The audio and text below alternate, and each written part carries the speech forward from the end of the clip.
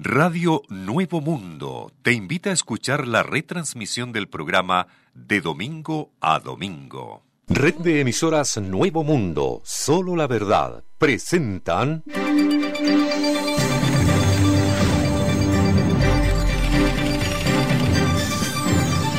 De Domingo a Domingo, sin restricción.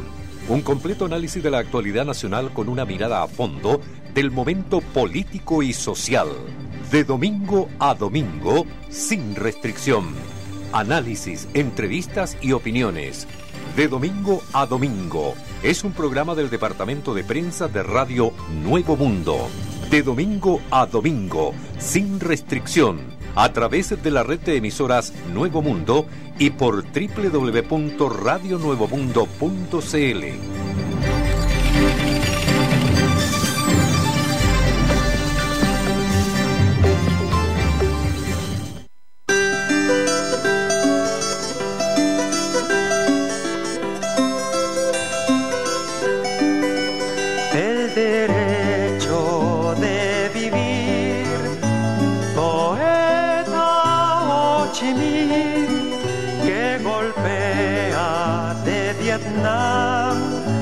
A toda la humanidad, ningún cañón borrará el surco de tu arrozal, el derecho de vivir. Bueno, comenzamos este domingo, de domingo a domingo, escuchando a Víctor Jara. Hoy se cumplen 45 años de su asesinato. Y por supuesto es un hecho que no podemos dejar pasar. 45 años en que vilmente fue asesinado por pensar distinto y por cantar canciones que al pueblo lo identificaban. Es necesario recordar porque el olvido le hace mal a un país. Hemos estado recordando estas semanas de septiembre, al comienzo de septiembre. Se recordó mucho con la acusación constitucional a los magistrados del Tribunal de la Corte Suprema, pero septiembre es un mes que, a pesar de que ya escuchábamos tonadas como Mi banderita chilena, que linda es, pero que para que la banderita chilena flamee para todos, se hace importante no perder la memoria. Y por eso comenzamos con este homenaje a Víctor Jara. Bienvenidos y bienvenidas a nuestros auditores y auditoras en este mes de septiembre y en esta semana que se comienza a convertir ya en tiquitiquití, tiquitiquití. Así se comienza, por puro tiquitiquití nomás parece que. Ojalá que en medio de eso la memoria no se pierda. Bienvenido don Hugo Guzmán, bienvenido don Patricio Palma. Tienen la palabra para iniciar su participación en este de domingo a domingo sin restricción. Bueno, mira, yo partiría diciendo que generalmente los fines de semana largos se dice que no hay noticias o que se viene un poco flojo, pero la verdad que estamos en domingo. Seguramente mucha gente de todos los ámbitos va efectivamente a gozar de este feriado largo, pero solo para partir con, yo no diría una síntesis, sino con una enumeración. Entre ayer y hoy se produjeron declaraciones bastante sensibles, algunos podrán calificarlas de graves, polémicas, de miembros de la Corte Suprema a raíz del resultado de la acusación constitucional. Se envalentonaron. Ese es un tema. Y fíjate que se liga a declaraciones del ministro del Interior, en que el tema es que aquí se está hablando de afectación a la democracia, de desestabilización del país, juicio en contra de los ignorantes, le dijeron a los parlamentarios. Esa es una cuestión. Lo segundo, estas celebraciones estaban el Te Deum evangélico, impuesto durante la dictadura. Está el Te Deum que es católico pero dicen, o cristiano, pero dicen que está abierto a otra iglesia, y está la parada militar. Pero fíjate que en la enumeración solo decir que son dos instituciones, las iglesias y las Fuerzas Armadas, que yo diría enfrentan en muy mal momento estas fiestas. El jefe del Estado Mayor del Ejército tuvo que ir a declarar como imputado por un tema de fraude.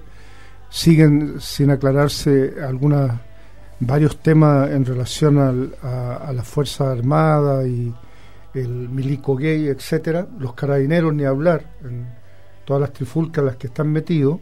Todos ellos van a desfilar el 19. Me decía un amigo, oye, deberían llevar un lienzo que dijera algo así como, no sé, porque pidiendo excusa de todo lo que está ocurriendo.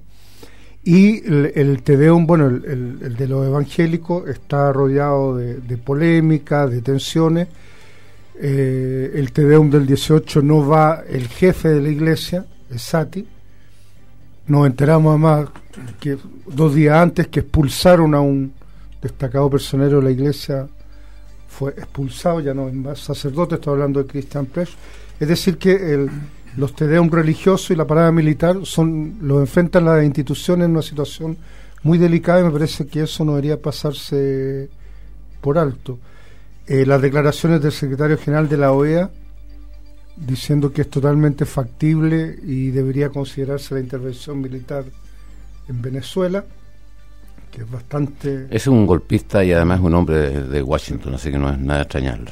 Y bueno, yo lo dejaría hasta ahí, pero me parece que son situaciones... Ni hablar si el tema de pensiones, salario mínimo laboral, etcétera, en que obviamente los trabajadores estos días de celebraciones, bueno, habrá que dejarlo un poquito al ladito para disfrutar un poco las cuecas, las empanadas, pero son temas que van a volver a estar en el tapete apenas terminen las fiestas. Yo creo que esa es una enumeración que nos da cuenta de que hay cuestiones bastante tensas, delicadas y polémicas en la agenda. Don Patricio. Buenos días. Buenos días. Dos cosas. Lo primero, a propósito de esta enumeración de hechos que nos comenta Hugo, tengo aquí en la mano un tuit de Baradit, el historiador. Bueno, él no es un historiador, es un hombre que escribe sobre la historia, pero a mi juicio muy bien. Y él dice en este tuit: Te Deum católico investigado por abusos infantiles, Te Deum evangélico investigados por estafa, parada militar investigados por malversación de fondos. Si los padres de la patria volvieran, nos agarran a patadas toda la semana. Creo que sintetiza Exacto. Lo que tú estabas comunicando de una manera muy precisa, porque realmente son instituciones del orden republicano que pasan por un muy mal momento. Porque hablamos de instituciones del orden republicano, porque bueno, son pilares de la construcción social capitalista que tiene nuestro país. Dígase lo que se diga, ¿no?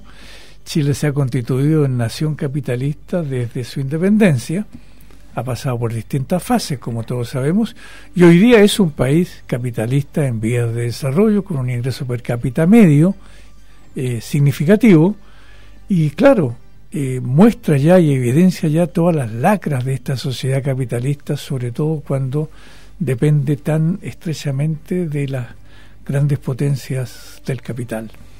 Entonces celebremos este nuevo aniversario de nuestra patria, pero pensando en el camino recorrido y en el que queda por recorrer. Sobre todo pensemos en el futuro de nuestro país.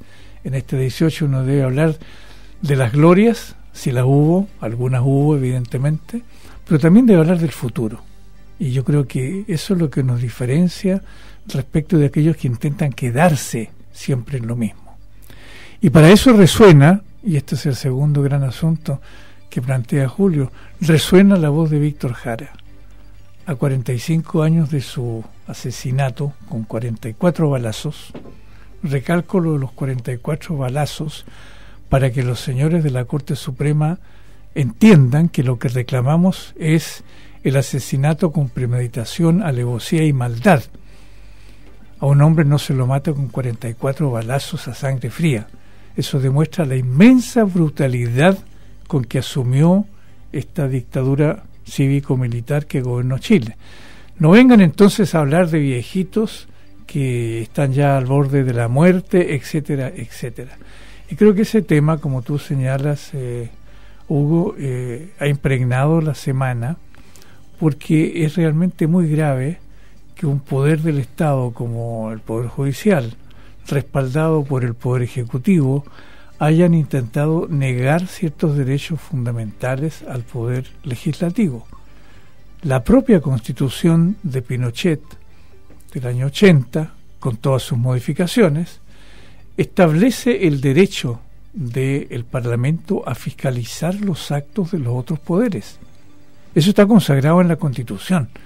Entonces a mí me parece insólito realmente que de esta acusación constitucional contra 3 ministros de la Corte Suprema se haya intentado hacer un terror público, en el sentido de que se estaba quebrantando el llamado Estado de Derecho.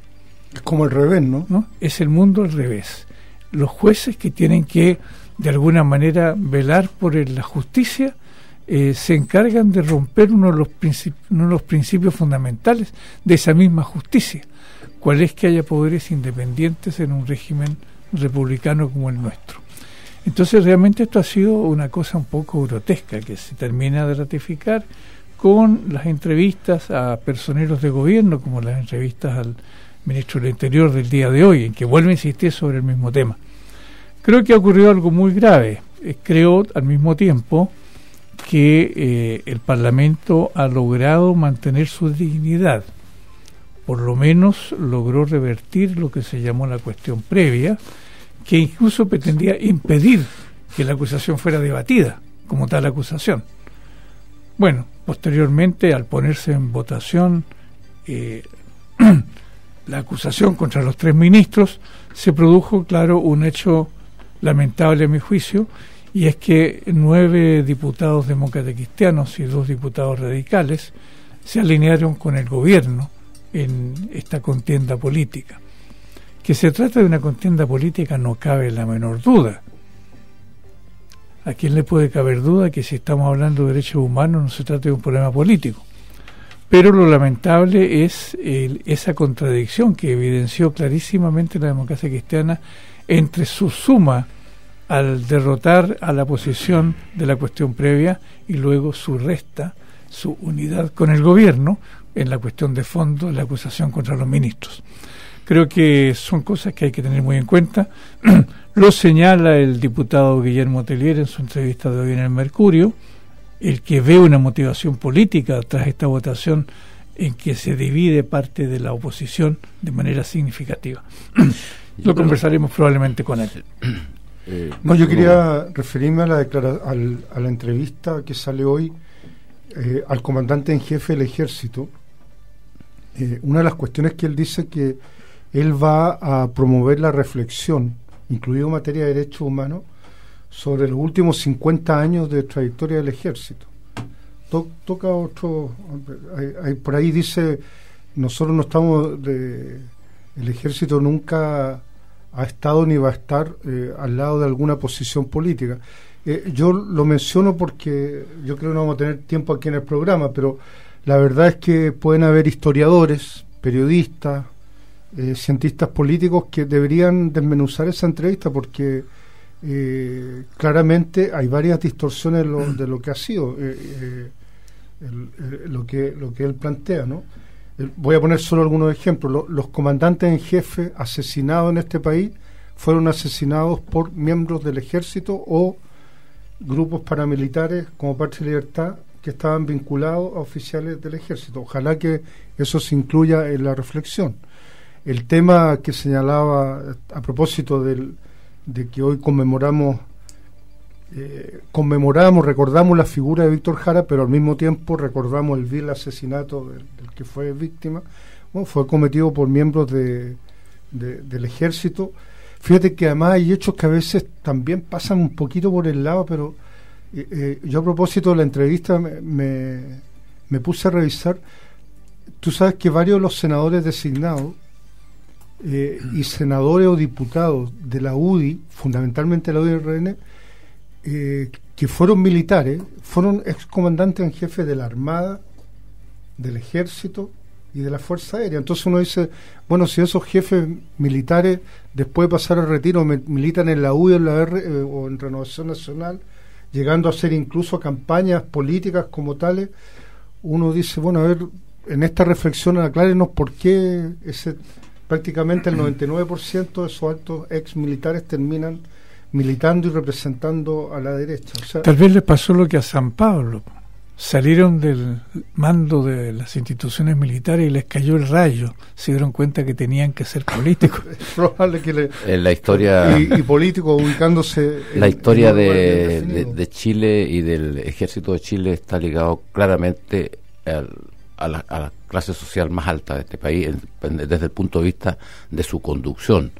Si uno mira solamente los requerimientos que se usan o que se tienen que tener para poder ingresar a la escuela militar donde se forman los oficiales de Ejército de Chile, y no solo me refiero a los del Ejército, sino también a los de la Marina y los de la Aviación, los requisitos no son por ningún lado para que entre un hijo de un obrero o de esa... A ver, peor categoría. Todavía, pues, Julio, porque el hijo del obrero entra a la escuela de suboficiales. Por eso digo, pero estoy hablando para los mandos. Claro, pero están abiertos, si tú quieres, la segregación de clase dentro de las instituciones militares chilenas actuales, que existe una escuela para oficiales, sector alto de la sociedad, y una para suboficiales, y además sector bajo se instala, ¿no? Se instala en el barrio alto.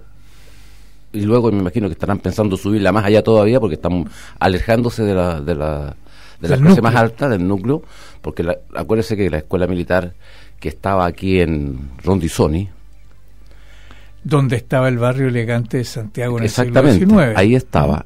Pero cuando el barrio elegante se cambia hacia Providencia, la escuela militar se fue hacia Providencia y se puso más arribita de Providencia.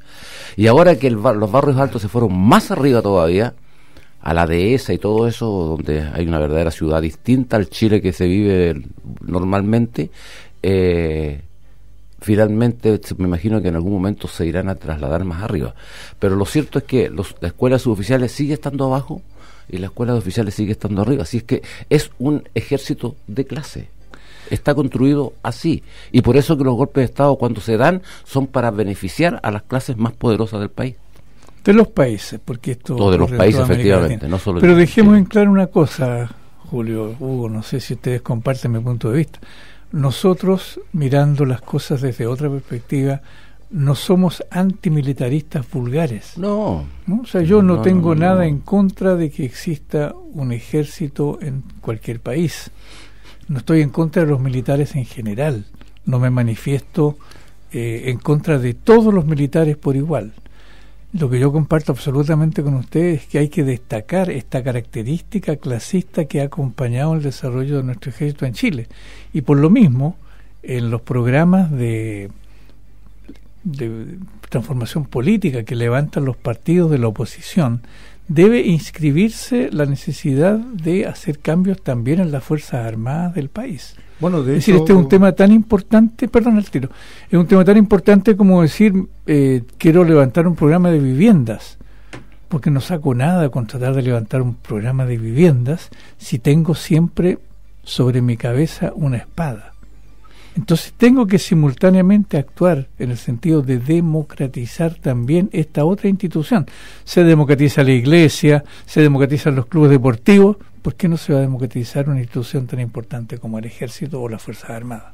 No, yo iba a referir que en el periodo legislativo pasado, y me parece que quedó agendado, hubo propuestas respecto a, por ejemplo, el funcionamiento de las escuelas institucionales militares, respecto a los requisitos, a las características que deben tener, las mallas curriculares. Y yo insistir en la cuestión, yo no diría coyuntural, sino que presente y futuro.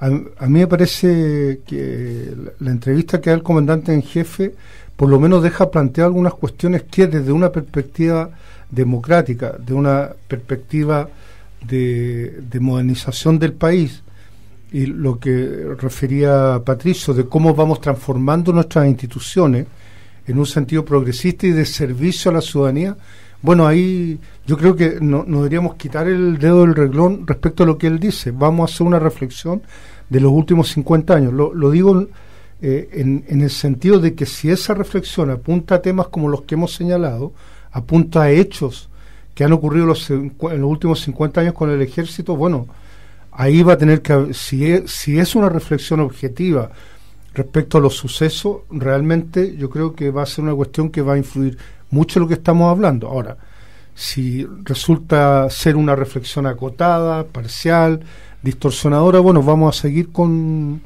algunos problemas. Digamos que hace algunos años, por ejemplo, se metieron cátedras de derechos humanos en las Fuerzas Armadas, se han metido cátedras de otros temas a nivel de Estado Mayor. Bueno, esas son cuestiones, lo que decía Patricio, o sea, aquí nadie está hablando per se en contra de las instituciones militares que existieron, que debe tener, digámoslo así, todo Estado.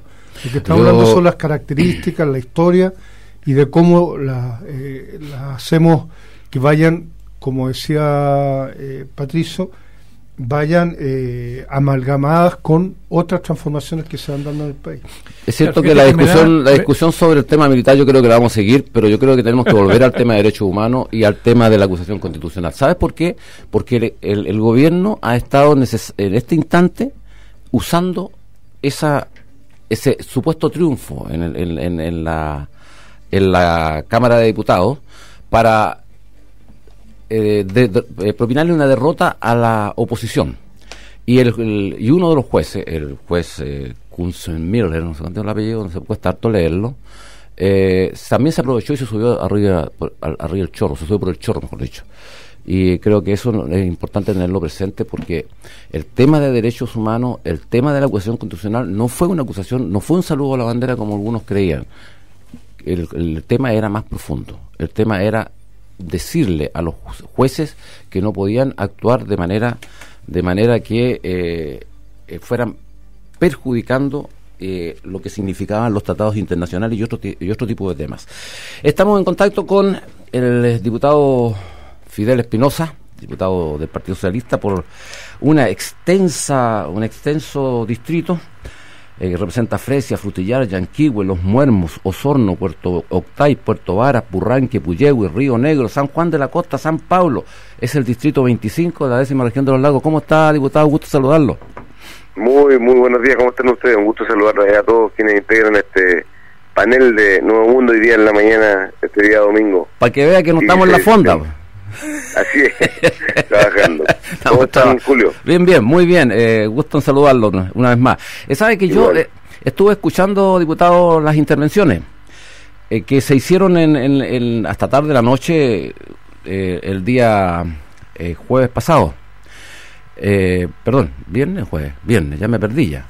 El día jueves. Jueves. Sí, y jueves de la noche. Sí, jueves de la noche. Claro, y me tocó escuchar su intervención en particular, que fue bastante emotiva, pero además porque había sucedido un hecho muy significativo, un pequeño intercambio con uno de los abogados defensores de los jueces acusados, que estaba minimizando mucho el tema de la defensa de los derechos humanos y el rol que le correspondía a los jueces en Ese fue un intercambio con usted. ¿Cómo lo siente que se produjo ese intercambio? Porque ahí en su intervención usted lo menciona como un asunto trascendente, primero porque usted es víctima de su familia, es víctima de la violación a los derechos humanos. Sí, mira, la verdad que nosotros hemos tenido en los años de vida parlamentaria varios episodios de interpelaciones, acusaciones constitucionales, pero nunca habíamos visto tanta insolencia, lo digo con mucha honestidad, tanta soberbia de parte de los abogados, en este caso en particular del abogado Correa Sutil, que dicho sea de paso es un ex subsecretario de la propia Concertación, que hoy día se ha dedicado a defender nuestras causas absolutamente ligadas a la derecha. Lo hizo con el ministro de Salud y hoy día lo hace defendiendo a los abogados que dejaron libres a los criminales violadores de derechos humanos. Y la actitud de él, como la del abogado Harasic, fue una actitud permanentemente durante toda la sesión de descalificación hacia la acusación y a quienes firmaron la acusación constitucional. Yo no fui de los 10 firmantes, pero obviamente apoyé la acusación constitucional del primer día porque consideraba que de una u otra manera había que poner un punto en cuanto a lo que estaba ocurriendo en Chile, que a pesar de que aún nosotros todavía seguimos luchando por justicia, lo digo en mi caso y miles de otros casos que todavía no hemos tenido un ápice de justicia en la muerte de nuestros seres queridos, los jueces están liberando a criminales que cometieron atrocidades, delitos de lesa humanidad que están obviamente estructurados en función de la legislación a nivel internacional, en cuanto a que los delitos de lesa humanidad no deben tener, ¿no es cierto?, bajo punto de vista alguno, beneficios carcelarios. Y estos abogados, Julio, fueron permanentemente descalificando la acusación, tratando de que era burda, que era una aberración jurídica, y la verdad que la acusación constitucional, independiente que la hayamos perdido, la perdimos por los votos nuestros, no la perdimos por los votos de la derecha. Sabemos que la derecha va a defender a los violadores de derechos humanos siempre, pero lo que no podemos conseguir, ¿no es cierto?, es que ya hemos perdido la acusación teniendo los votos nosotros en la nueva mayoría, porque hubo 7 diputados de la democracia cristiana y 2 radicales que simplemente jugaron desde un punto de vista jurídico, dañando obviamente la posibilidad de haber podido enviar este caso al Senado. 9 diputados demócratas cristianos parece ser. 9, sí. Diputado Fidel Espinosa, le habla Hugo Guzmán. Don Hugo, ¿cómo está? Muy bien, gracias. Oiga, le quería preguntar, ¿qué le parece a usted las declaraciones de miembros de la Corte Suprema, incluso el ministro del Interior, Andrés Chadwick, en el sentido, para sintetizarlo, de que no pueden haber jueces amenazados, de que hay afectación al sistema democrático, que se atenta con el Estado de Derecho, a propósito de esta situación que se vivió en la Cámara de Diputados? Mire, 2 cosas.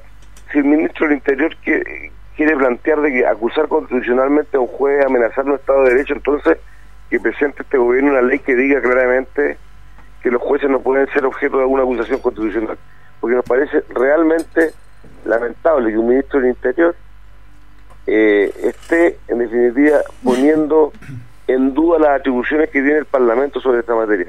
O sea, ellos acusaron ese día, y durante todas las semanas previas a la acusación constitucional acusaron de que el Parlamento, poco menos que estaba poniendo, como usted muy bien lo plantea, don Hugo, estaba poniendo en entredicho la labor autónoma que tienen que tener los poderes del Estado, en este caso el Poder Judicial. Pero hay 2 cosas que destacar. Primero, el presidente de la República, a 72 horas de que la acusación constitucional sea discutida en la Cámara de Diputados, se reúne con el presidente de la Corte Suprema. Para mí ese es un acto de intervencionismo nunca antes visto, y respecto al cual poco han dicho nada, y menos el ministro del Interior. Y lo segundo es que el nivel de soberbia, el nivel de grosería, no sé si ustedes lo vieron ya, Julio, don Hugo, lo que opina uno de los ministros acusados, poco menos dijo que trató, ¿no es cierto?, poco menos de ignorante a todo el Parlamento chileno, ni siquiera a los acusadores. Explícitamente dijo que eran ignorantes. Explícitamente dijo que todo el Parlamento era un Parlamento ignorante, que ni siquiera conocían la tapa de la Constitución de la República. Entonces, si llegamos a ese nivel de soberbia, nos damos cuenta obviamente que las palabras de Matías Walker, que fue quien encabezó la arremetida demócrata cristiana para que se evitara en definitiva la posibilidad de aprobar la acusación constitucional, no tiene ningún sentido, porque don Matías Walker ha sido el diputado que más ha enarbolado banderas de los derechos humanos en Cuba y en Venezuela, pero resulta que cuando se trata de temas de derechos humanos en Chile miran para el techo. Entonces esas son las contradicciones que tenemos. Repito, uno de los ministros, no recuerdo el apellido de uno de los ministros, anoche, no sé, por las redes sociales estaba muy fuerte este tema, habló y lo hizo, no sé, de una manera grosera y atentatoria contra el Parlamento. Yo espero que Maya Fernández, como presidenta de la Cámara de Diputados, mi gran amiga y compañera, sea muy clara para defender el rol del Parlamento ante los ataques de este ministro de la Corte Suprema. Carlos Kunzenmiller. Así creo que se pronuncia así. Patricio Palma. ¿Qué tal, diputado? Buenos días. ¿Cómo está, Patricio? Un gusto saludarlo. Bueno, yo creo que lo que ocurrió con la acusación está relativamente claro, los temas que fueron colocados allí. Sin embargo, se ha tratado de ignorar tal vez el contenido político que esta acusación tiene, y por lo mismo transformar el problema de los derechos humanos en un problema técnico jurídico. yo creo que el revuelo que causó esta acusación, que fue justamente una manera de posicionar el tema de los derechos humanos en el país, más allá de lo que ya había sido las semanas anteriores, revela la significación política de lo que está ocurriendo en Chile. Entonces la pregunta es, ¿cómo aprecia usted, cómo se ve en su distrito o en los lugares en los que usted tiene acceso a la organización social, la percepción de este fenómeno? Porque una cosa es lo que ocurrió en la Cámara, que usted lo ha planteado muy claramente, y otra es, por cierto, cómo ven los chilenos esta situación. ¿Qué nos puede decir de eso? Qué buena su pregunta. Yo creo que es muy importante. Yo no sé si tienen acceso ustedes a mi Twitter, y de anoche lo decía ante la soberbia de este ministro. Yo le decía, ¿sabe qué?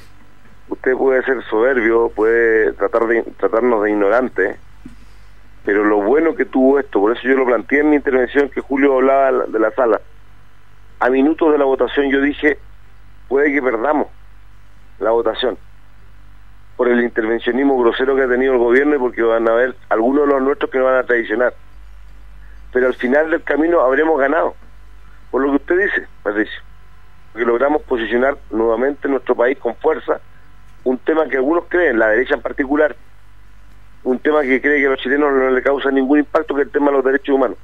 ¿Y sabe qué? Lo bueno que tiene es que cualquier ciudadano en la calle a uno le dice, ¿sabe qué?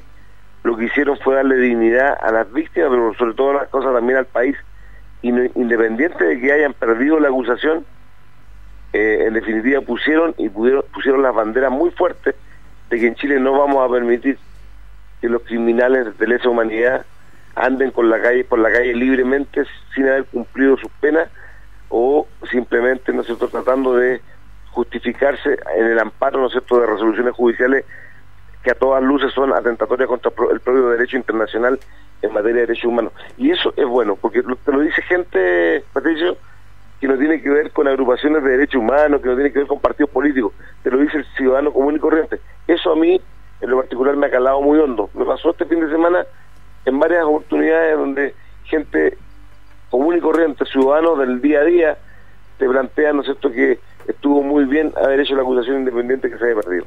Diputado, ¿usted cree que después de este episodio se trate de una manera, por decirlo, valga la redundancia, por decirlo de alguna manera, con más cuidado este tema de las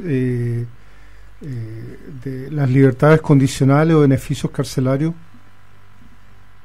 Yo creo que sí. Yo creo que obviamente va a incidir en que esto no, como decía Carmen Hertz en su intervención, cuando Correa Sutil estaba defendiendo al piloto que manejaba la nave, ¿no es cierto?, claro, o el avión de la caravana de la muerte, el helicóptero. Y decía, cuidado, aquí no estamos hablando de cualquier criminal, no estamos hablando del piloto de Lanchiles, dijo Carmen Hertz, sí. Estamos hablando de una persona que fue quien encabezó, ¿no es cierto?, dirigiendo la nave, uno de los que se le otorgó la libertad.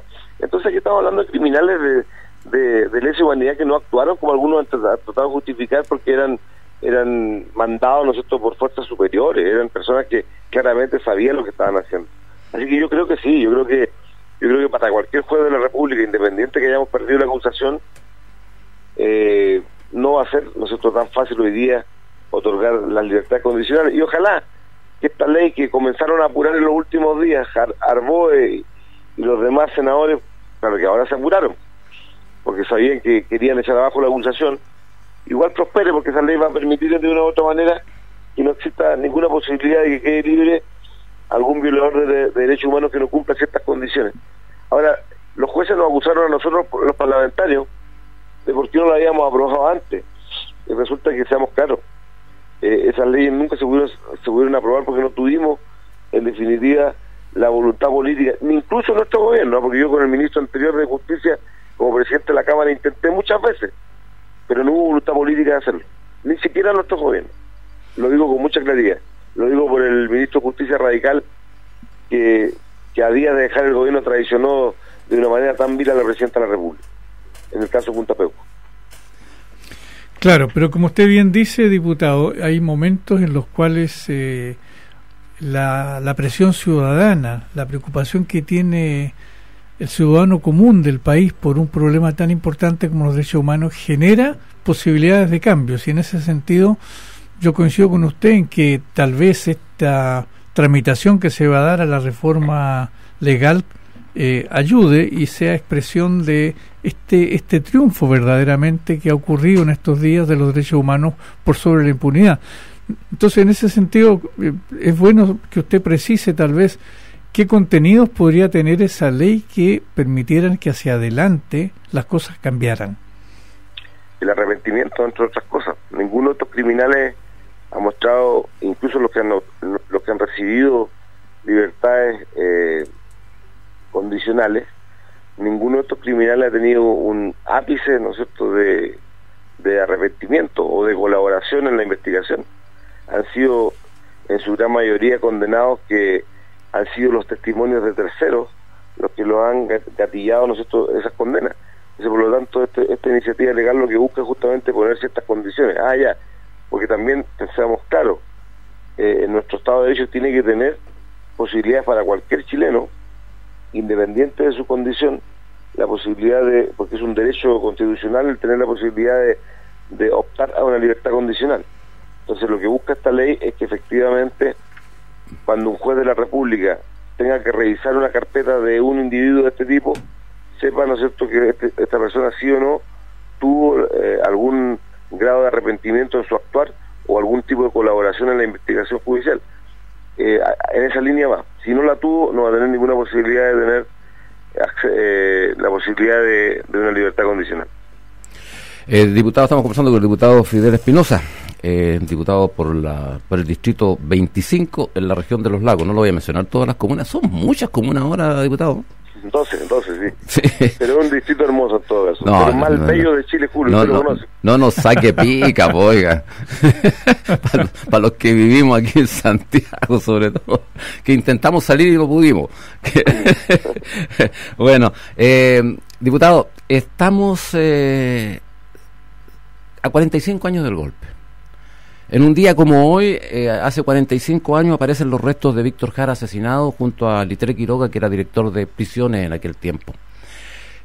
Por supuesto, es un hecho violento que hay que recordarlo aunque sea violento. ¿Cómo lo siente usted, diputado? Bueno, hace 45 años perdimos muchos chilenos, nuestros seres queridos. Yo perdí a mi padre, tú lo sabes, Julio. Sí.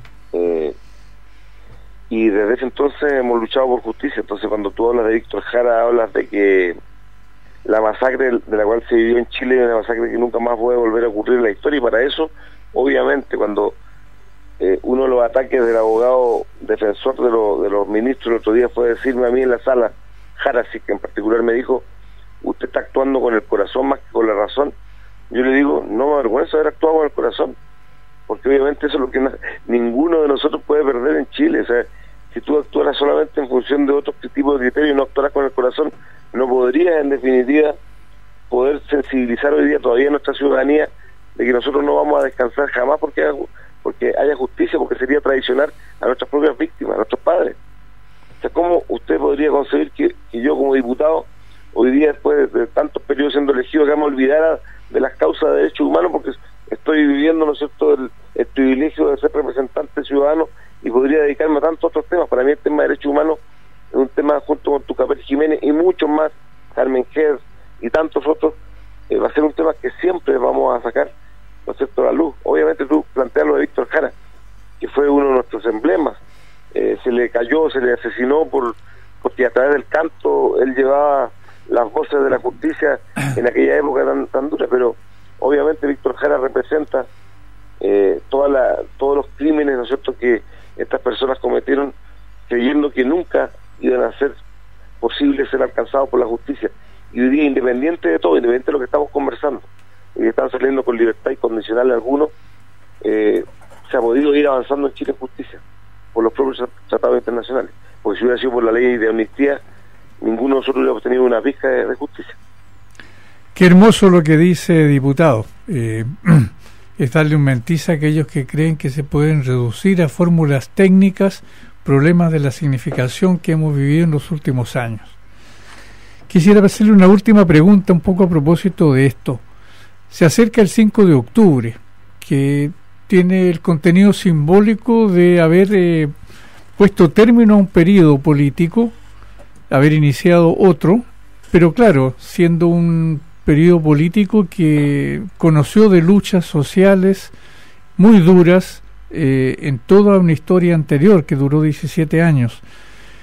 Distintas fuerzas participaron en esa lucha y quisiera consultarle su opinión acerca de quiénes deben, quiénes pueden, quiénes quieren conmemorar este 5 de octubre que viene. Encuentro tremendamente absurda esta polémica, la verdad. No puedo concebir, ¿no es cierto?, que un presidente de la democracia cristiana, junto con un nuevo presidente del Partido Radical, pongan en cuestionamiento incluso la participación de ciertos actores políticos, como el propio Partido Comunista. Se olvidan, y yo siempre lo saco a relucir, se olvidan que el propio Partido Comunista fue clave para que ganáramos la elección en el 99, cuando estuvimos a punto de perder en primera vuelta con Lavín.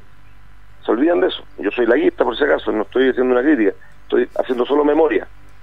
El Partido Comunista en segunda vuelta fue gravitante para que ganáramos con Ricardo Lagos, y muchos de ellos, de la democracia cristiana, del Partido Radical, siguieran en el gobierno. Aquí no se puede excluir a nadie. La gesta del 5 de octubre fue una gesta que logramos entre todos, y fue una gesta ciudadana, pero obviamente encabezada por todos aquellos partidos que queríamos, obviamente, la libertad para Chile, la democracia. Entonces, por lo tanto, encuentro absurdo que Fuad Chaín, el presidente de la democracia cristiana, salga con este tipo de cuestionamiento a quienes participan o quienes no. Ellos, ni ninguno de nosotros, tiene la altura moral para excluir a alguien, ninguno. Yo creo que aquí nadie puede estar excluido del 5 de octubre porque fue una gesta que la alcanzamos entre todos los chilenos que queríamos una democracia. Y por lo tanto, ya el solo hecho de pretender cuestionar a ciertas fuerzas políticas su participación nos parece una bajeza sin nombre. Diputado, estamos ya, hemos aprovechado bastante de su tiempo de día domingo y de fiestas patrias. Además, ¿ha ido una fonda, entre paréntesis? Estoy con un problema familiar, Julio, bastante grave, con mi madre. Pero disculpa. No, no hay problema, no tengo por qué no decirlo. Y de hecho aprovecho de decirlo. O sea, mi madre quedó viuda a los 33 años, con 4 hijos. Hoy día se encuentra ya 35 días hospitalizada y nosotros como hermanos estamos turnándonos para acompañarla. Entonces yo por lo tanto este año opté por primera vez en mi vida parlamentaria de no participar en la actividad del 18, pero obviamente toda la comunidad de mi distrito sabe la situación que estamos viviendo, pero lo digo también porque ella representa a una mujer que antes de morir siempre ha dicho: yo quiero justicia por la muerte de mi esposo, y por lo tanto nosotros como hijos estamos en la etapa final ya del caso del juicio de mi papá, por ejemplo, que fue fusilado en Frutillar. Estamos en la etapa final y próximos a tener justicia, y no me gustaría, lo digo con mucha honestidad, que sus asesinos salieran libres porque optaron a libertades condicionales, como obviamente le debe doler mucho a los familiares de las víctimas que queden libres quienes asesinaron a sus seres queridos. Pero Julio, dame la pregunta, no hay problema, dime. No, el tema era estamos en una jornada de fiestas patrias. Indudablemente todo el mundo trata de encontrar un espacio para ir a dar una vuelta por una fonda, para tomarse, no sé, una chicha los que toman chicha, una cerveza los que toman cerveza, o un vino los que toman vino. Pero claro, yo obviamente me olvidé porque sabía. Quiero pedirle disculpas porque sabía que tu madre está enferma y por supuesto te pido disculpas no haber preguntado lo primero. No me pido disculpas, Julio. Un abrazo grande, oiga, ¿sí? y felicitarlo, ¿no es cierto?, a su programa, porque de verdad es un programa que es muy escuchado los días domingos y un panel en donde uno puede exponer su punto de vista con mucha claridad y transparencia. Así que un abrazo a todos ustedes, que tengan un feliz 18 también en su familia, que lo pasen bien. Y Julio, aquí lo estamos esperando que venga a la región. Vamos a ir a resolver lo que hay que resolver. Exacto, un abrazo grande. Gracias, que esté muy bien. Un abrazo. Hasta luego, gracias.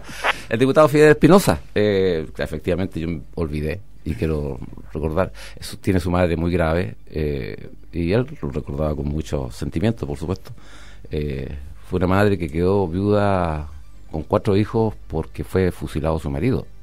O sea, no es una muerte de una persona por muerte natural o por un accidente, sino que fue por violación a los derechos humanos. Y lo olvidé y bueno, pedí la disculpa correspondiente. ¿Qué les parece toda esta conversación, estimado Patricio, estimado Hugo? Mire, yo creo que Sin duda, Fidel Espinosa interpreta a muchos chilenos en esta entrevista.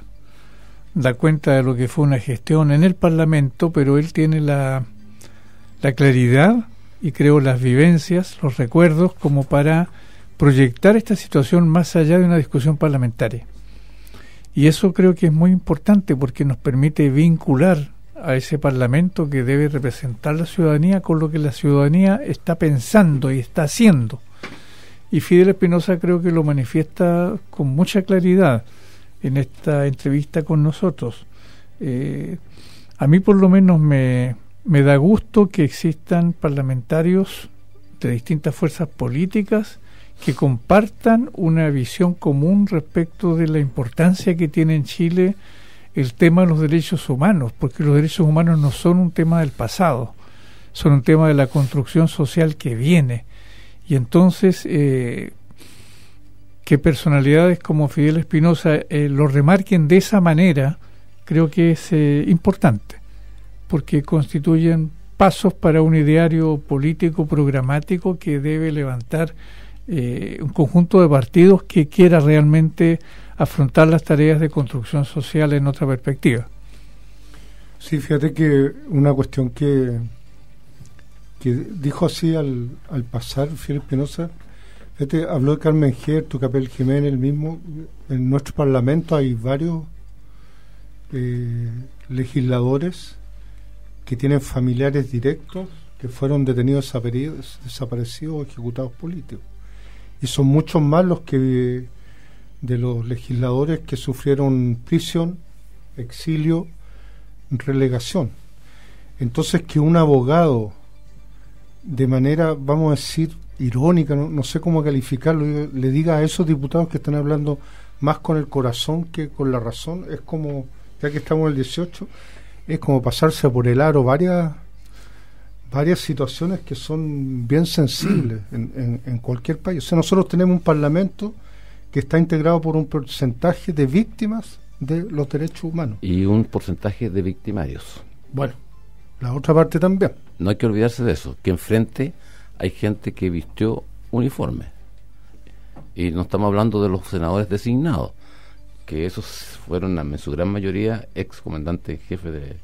Por cierto, nunca más se habló de Rosendo Martínez, el diputado de Renovación Nacional, que nunca más se supo, que ¿no? Terminó condenado. Sí. Terminó condenado por violación a los derechos humanos y por...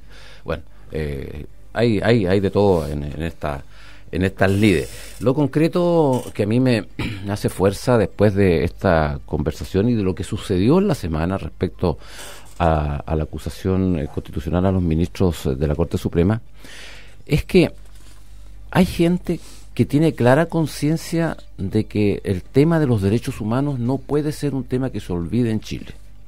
Hay un grupo, por suerte, importante. Y lo digo por esta conversación con el diputado Fidel Espinosa, pero también lo digo cuando escuché los discursos de Carmen Gers, que fue un discurso, quiero decirlo, desde el punto de vista jurídico, brillante. Lo quiero decir así porque efectivamente fue un tapaboca muy jurídico a esos abogados que poco menos que estaban porque tenían certeza de que iban a ganar, entre paréntesis quiero decirlo, actuaban con esa certeza, por eso podían decir cualquier estupidez y barbaridad, las dos cosas, entre paréntesis no hay que confundir estupidez con barbaridad, ¿no?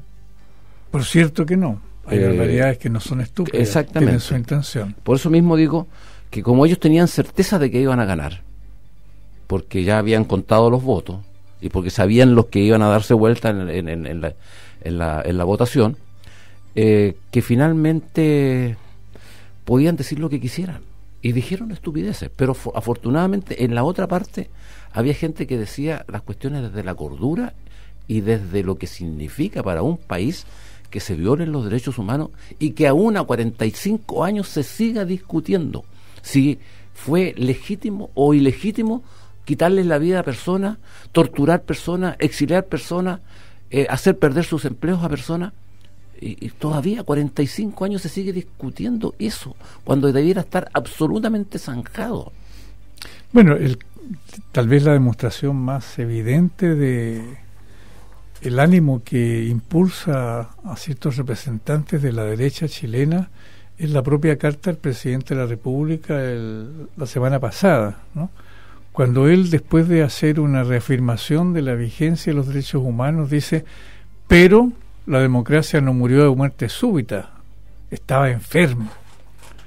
¿Cuál democracia estaba enferma?, pregunto yo, porque era una democracia en la cual había distintos partidos políticos, se votaba con regularidad, nunca se suspendió una elección en Chile, ¿no?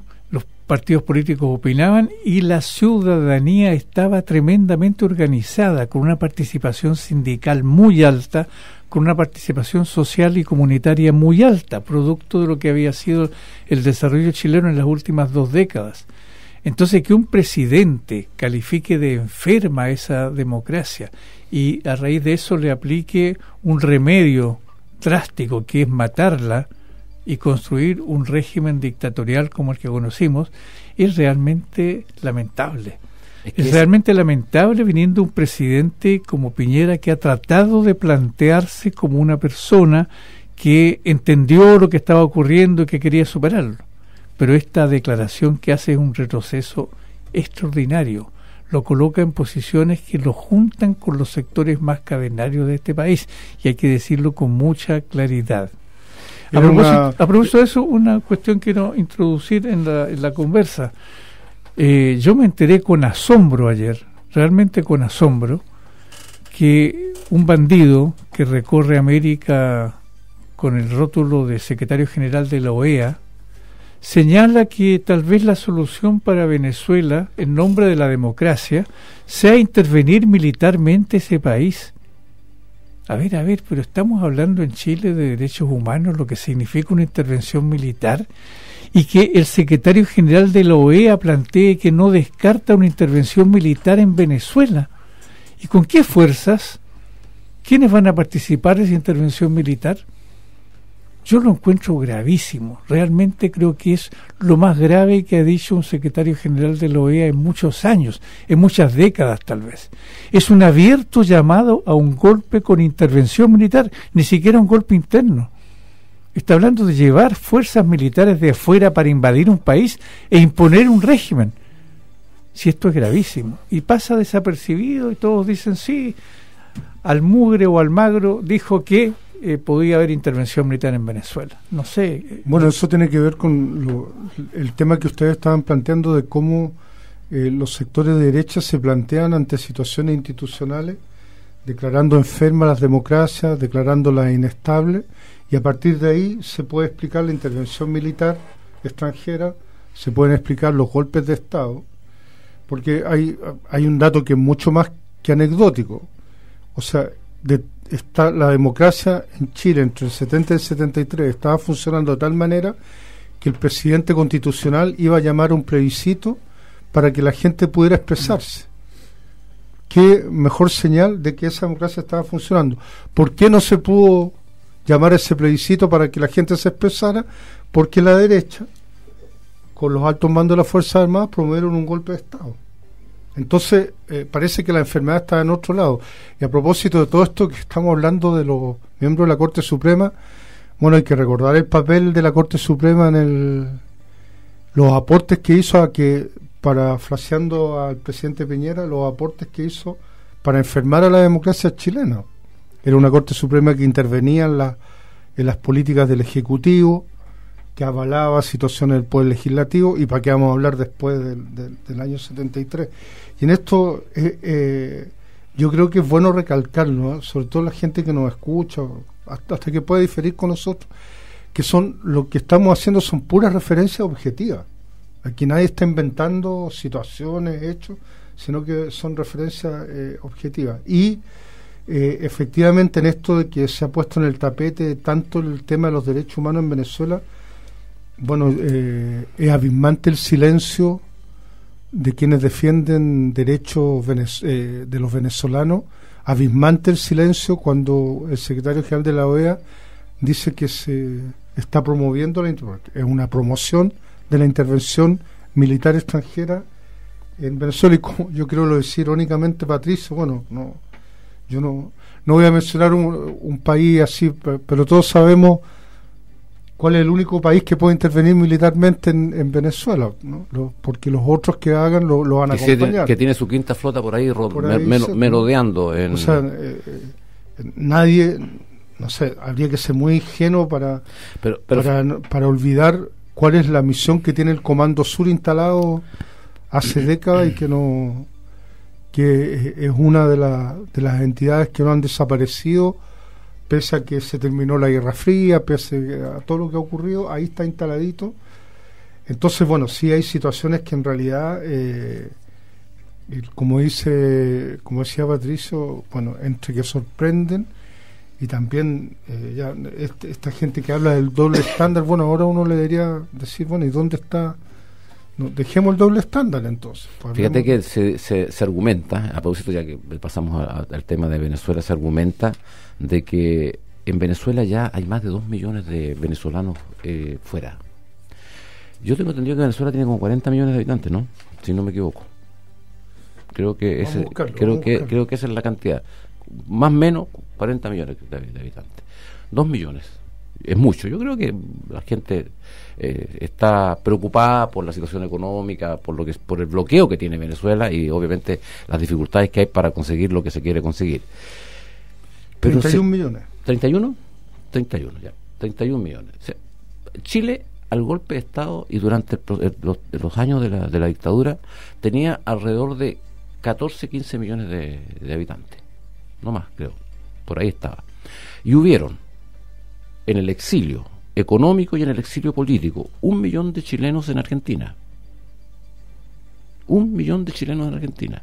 Y otro millón dando vueltas por el resto de los países de América Latina y Europa. Y éramos 14 millones. O sea, yo no digo que esté bien que la gente tenga que salir de su país para encontrar condiciones, pero hoy día en Chile, habiendo una pseudo democracia perfecta, como aquí se quiere decir, hay 1 millón de chilenos en el extranjero. Porque es normal la inmigración en algunos casos. En el caso de Venezuela, efectivamente, se produce por una situación especial. Hay dificultades económicas, está en un bloqueo Venezuela, el precio del petróleo se fue al suelo, hay una cantidad de condiciones. Y a lo mejor, y como lo dijo el propio Maduro en su momento, equivocaciones en la aplicación de la política económica de los gobernantes. Que me imagino que cuando se dice que se produjeron equivocaciones está mejorando o cambiando o buscando cambiarla. Entonces, que venga un tipo que se dice que es presidente de la OEA, de la Organización de Estados Americanos, a promover la invasión de otro país a esta altura de la vida, me parece que es fíjate que extremadamente grave. Yo quisiera agregar unas cosas a esto, porque aquí en la prensa chilena no ha salido, pero en varios periódicos latinoamericanos y europeos se está hablando de conversaciones del alto mando militar colombiano y de personeros del nuevo gobierno colombiano con altos mandos de Estados Unidos. Se están reportando en la prensa este tipo de conversaciones. Hay una situación que no está del todo, para decirlo lo más objetivamente posible, no está del todo claro, de varios altos personeros políticos de las FARC que se está usando el término de que están replegados o no se sabe su ubicación. También se está hablando de movimientos y de hechos que se están produciendo en la frontera de Colombia y Venezuela. Y en algunos medios de prensa hoy, mexicanos, españoles, se está hablando de que esto podría tener alguna relación, o sea, que la declaración del secretario general de la OEA no haya sido un exabrupto, lo hizo en el contexto no además de Colombia. No es exabrupto. No, si él está cumpliendo instrucciones. Sí, bueno. ¿Qué creen? ¿Que no? ¿Tú piensas que no? No, yo le estoy hablando a la gente que nos escucha. No, pero yo te estoy hablando a ti. Claro, bueno, volviendo a lo importante. Gracias por decirme que es lo que digo.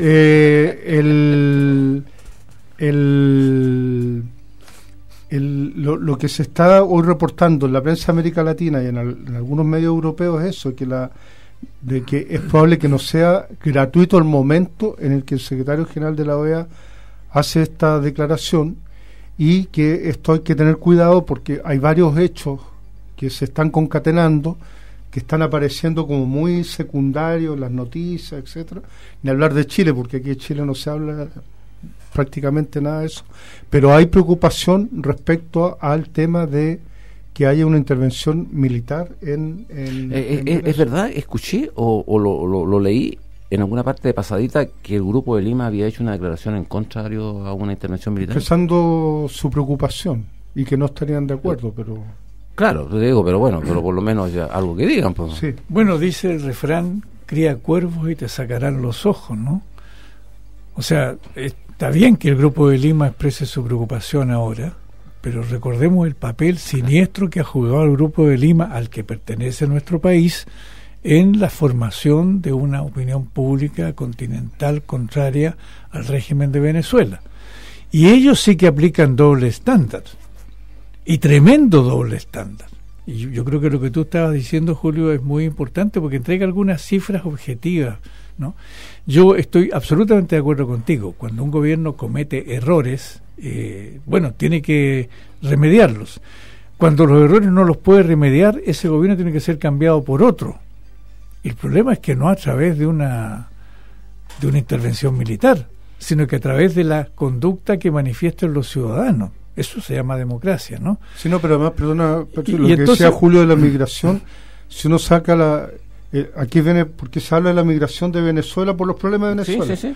Pero hay silencio de la migración mexicana por los problemas de México, de la migración peruana por los problemas de Perú. Entonces, efectivamente hay y la de Honduras y la de Guatemala y todo lo demás, ¿no? Colombia. Entonces eso es el doble estándar. Eso es justamente el doble estándar, porque ¿dónde está la violación de los derechos humanos en Venezuela? Dicen en que salen 2 millones de venezolanos. A ver, pero comparemos eso con el asesinato de Víctor Jara. Si en Venezuela no se asesina gente a 44 balazos.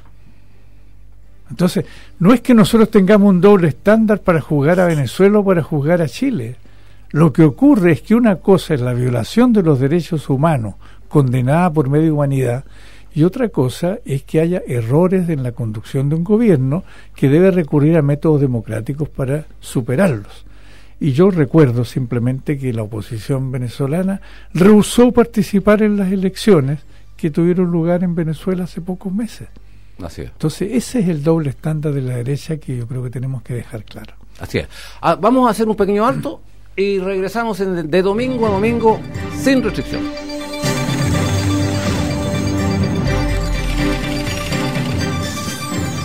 Haciendo radio para Chile. Nuevo Mundo. Solo la verdad.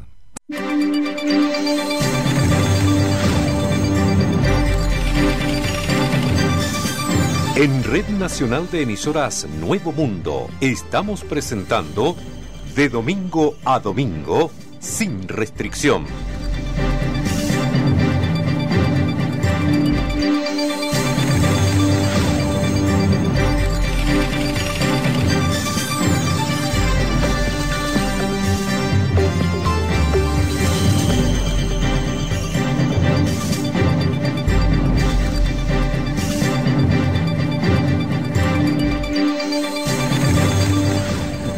Bueno, estamos de regreso, de domingo a domingo. Ojalá pudiéramos decir tiqui tiqui ti, pero no hemos podido decir ni tiqui tiqui ti. ¿Cómo? ¿El viernes lo vieron ustedes en la noche? ¿Pero qué? Si andábamos Buena juntos, amistad, me dieron a mí, tendré que haberlo visto usted. No, si yo no andaba con usted. ¿Ah, no? ¿No andaba conmigo? No trate de disculparse. ¿Cómo no va a estar resfriado? O sea, hasta las 4 de la mañana. A las 4 de la mañana. Hay una canción a las 4. Ya, no voy a cantar nada mejor porque si no... Oiga, ¿no ha ido a la fonda parece, no? ¿O sí ha ido? No, no ha ido. Pero en su distrito me imagino que sí, al distrito. Ya dar una vuelta por ahí. Me parece bien. Porque a saludar a los amigos. Exactamente, hay que saludar, no hay que olvidarse de los amigos, nunca, jamás en la vida. Eso es una lección que me enseñó mi abuelita. Cuando yo era chiquitito, mi abuelita me enseñaba, no hay que olvidarse nunca de los amigos. Hay gente que se olvida de los amigos. Es frecuente en este país. Sí, es frecuente. Es frecuente. Hay que reconocerlo. Exactamente. Bueno, se ha incorporado con nosotros el diputado Guillermo Teller, presidente del Partido Comunista, quien hoy día aparece casi a página completa en la página, en el C2 de El ¿Por qué Mercurio. dice casi a página completa? Porque le faltó un pedacito nomás. No. No, le faltó un pedacito. No, ¿ve? ¿Ve usted? No. Tiene razón. Podríamos reclamar. ¿Por qué no fue la página completa? Claro. En la parte de la entrevista que no pusieron.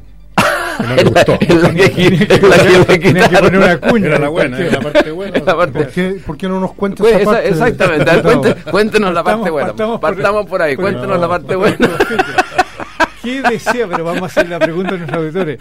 ¿Qué decía el presidente del Partido Comunista en la parte que el Mercurio no puso? Claro. Yo creo que leyendo la entrevista, o sea, no la entrevista, el titular, con lo que ocurrió el jueves, viernes en la madrugada, me parece que no es lo más importante los debates de políticos respecto a eso, sino el contenido de lo que fue esa acusación, el significado y proyección que tiene, ¿no?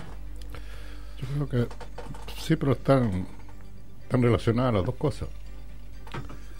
Porque yo creo que en realidad, si bien es cierto, ganamos la cuestión previa, que fue muy importante y que desarmaron los argumentos, sobre todo del gobierno que intervino tan directamente en este asunto. Diputado, expliquemos, ¿sabe por qué? Porque la gente pregunta, ¿qué diablos? ¿Por qué se votó y se ganó y después se votó y se perdió? Hay como dos cosas que a la gente no le cuesta mucho entender. A mí también me costó. Está buena, eso está mejor. Bueno, cuando se hace una acusación constitucional la hacen al menos 10 diputados, entre 10 y 20. Después, inmediatamente, si se vota que sí, que se haga la acusación constitucional, se forma una comisión de 5 personas, que son por sorteo. Por sorteo. Esa comisión de 5 tiene que reunir todos los antecedentes, escuchar a expertos, a las partes también,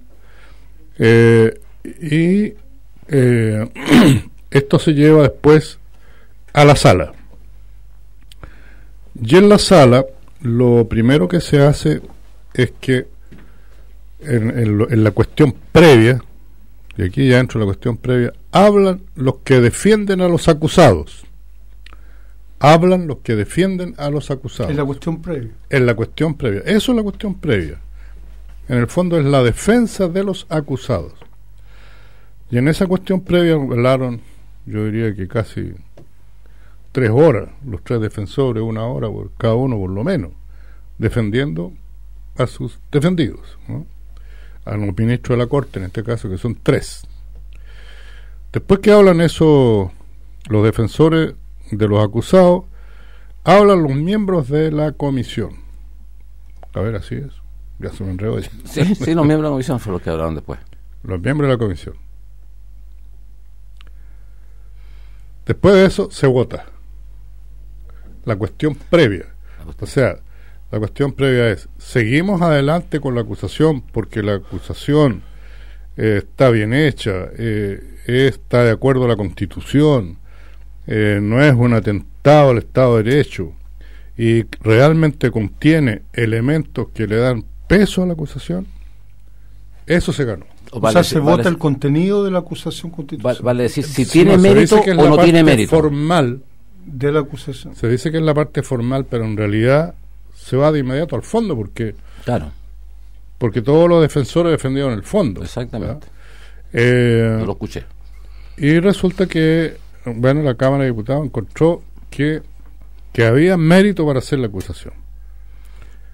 Después ya cuando ya se vota si se va a aceptar la acusación o no, en definitiva, ahí ya hablan un miembro de la comisión que defiende la acusación, hablan los defensores y después 1 o 2 por bancada, por un máximo de 10 minutos cada bancada, y después se vota, y esa segunda votación es la que perdimos. Por eso es que en esa entrevista yo digo que hubo algunos que votaron en contra de la cuestión previa, es decir, estaban aprobando la acusación. Claro. Y en sus intervenciones después, cuando hablaron en relación a la acusación misma, dijeron que la acusación tenía razón, pero votaron en contra de la acusación. Y ahí es cuando yo en la entrevista digo, es por razones políticas. Ahora, ¿por qué están las dos cosas relacionadas? Porque tiene mucho que ver la actitud de los parlamentarios en este caso con la posibilidad de haberle dado un golpe mucho más certero a toda la impunidad que se ha instalado en el país, que ya lleva tantos años que no hemos sido capaces de romper esta impunidad, ¿ah? Y qué es lo que malogra todo tipo de entendimiento para adelante. Entonces, claro, ganamos la cuestión previa, lo que es un gran asunto, porque era muy difícil ganar la cuestión previa, la ganamos, pero después perdimos la acusación. Ahora, después de esto, claro, han salido declaraciones de algunos ministros de la Corte Suprema que dicen, no, nosotros podemos seguir dando la libertad condicional, porque así está estipulado. Y resulta que eso fue totalmente desarmado en la cuestión previa. Además, yo les quiero decir que la intervención de Carmen Ger, que habló 10 minutos por nuestra bancada, la verdad es que desarmó todos los argumentos jurídicos que habían expresado por casi 4 horas los defensores de la acusación. En 10 minutos. En 10 minutos. ¿Ah? En 10 minutos le desarmó. Bueno, pero yo creo que esto va a quedar pesando y queda pesando, y esto ha sido un paso en el proceso en la lucha contra la impunidad. No es la derrota, no es el final, no, esto sigue adelante y nosotros vamos a seguir. Vamos a seguir porque no puede ser que las cosas queden instaladas así.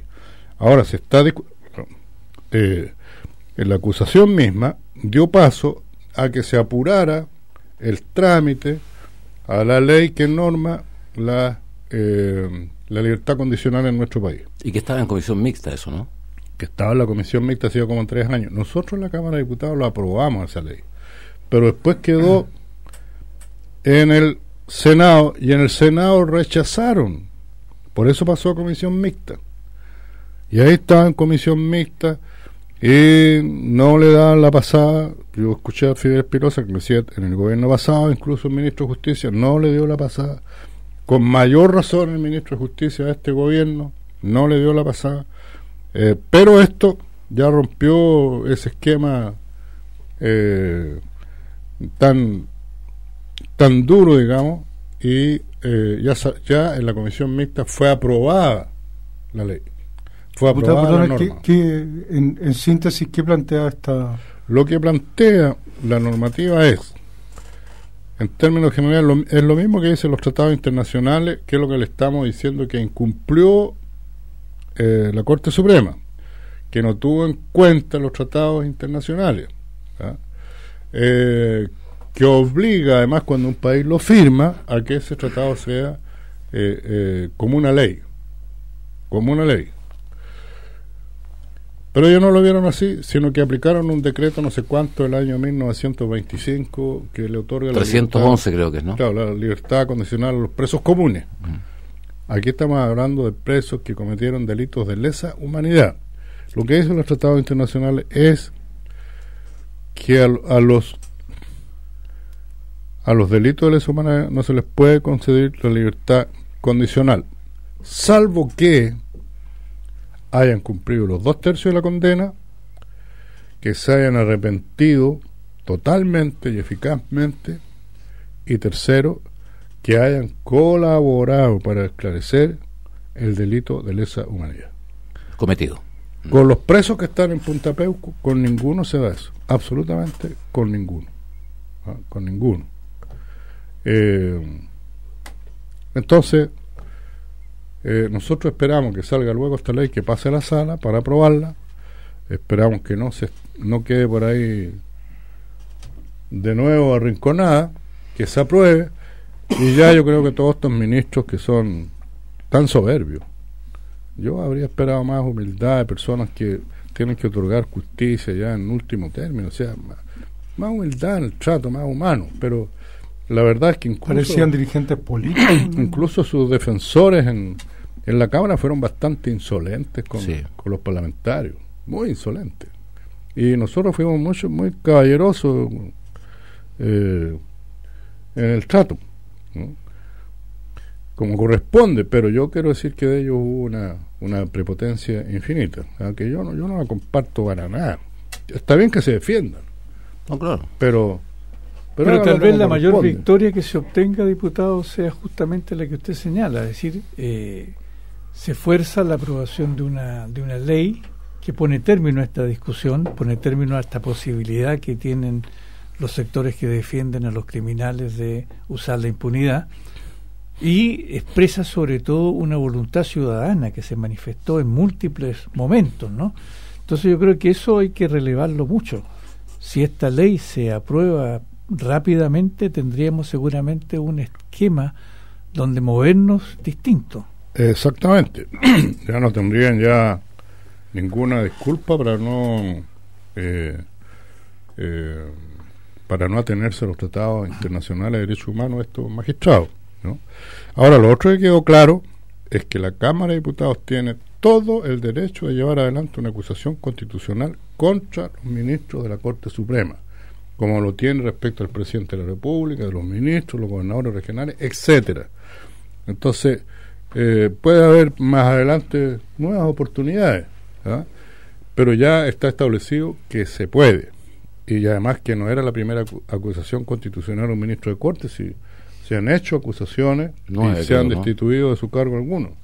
Entonces, todo esto era una defensa, no sé a título de qué, ¿no?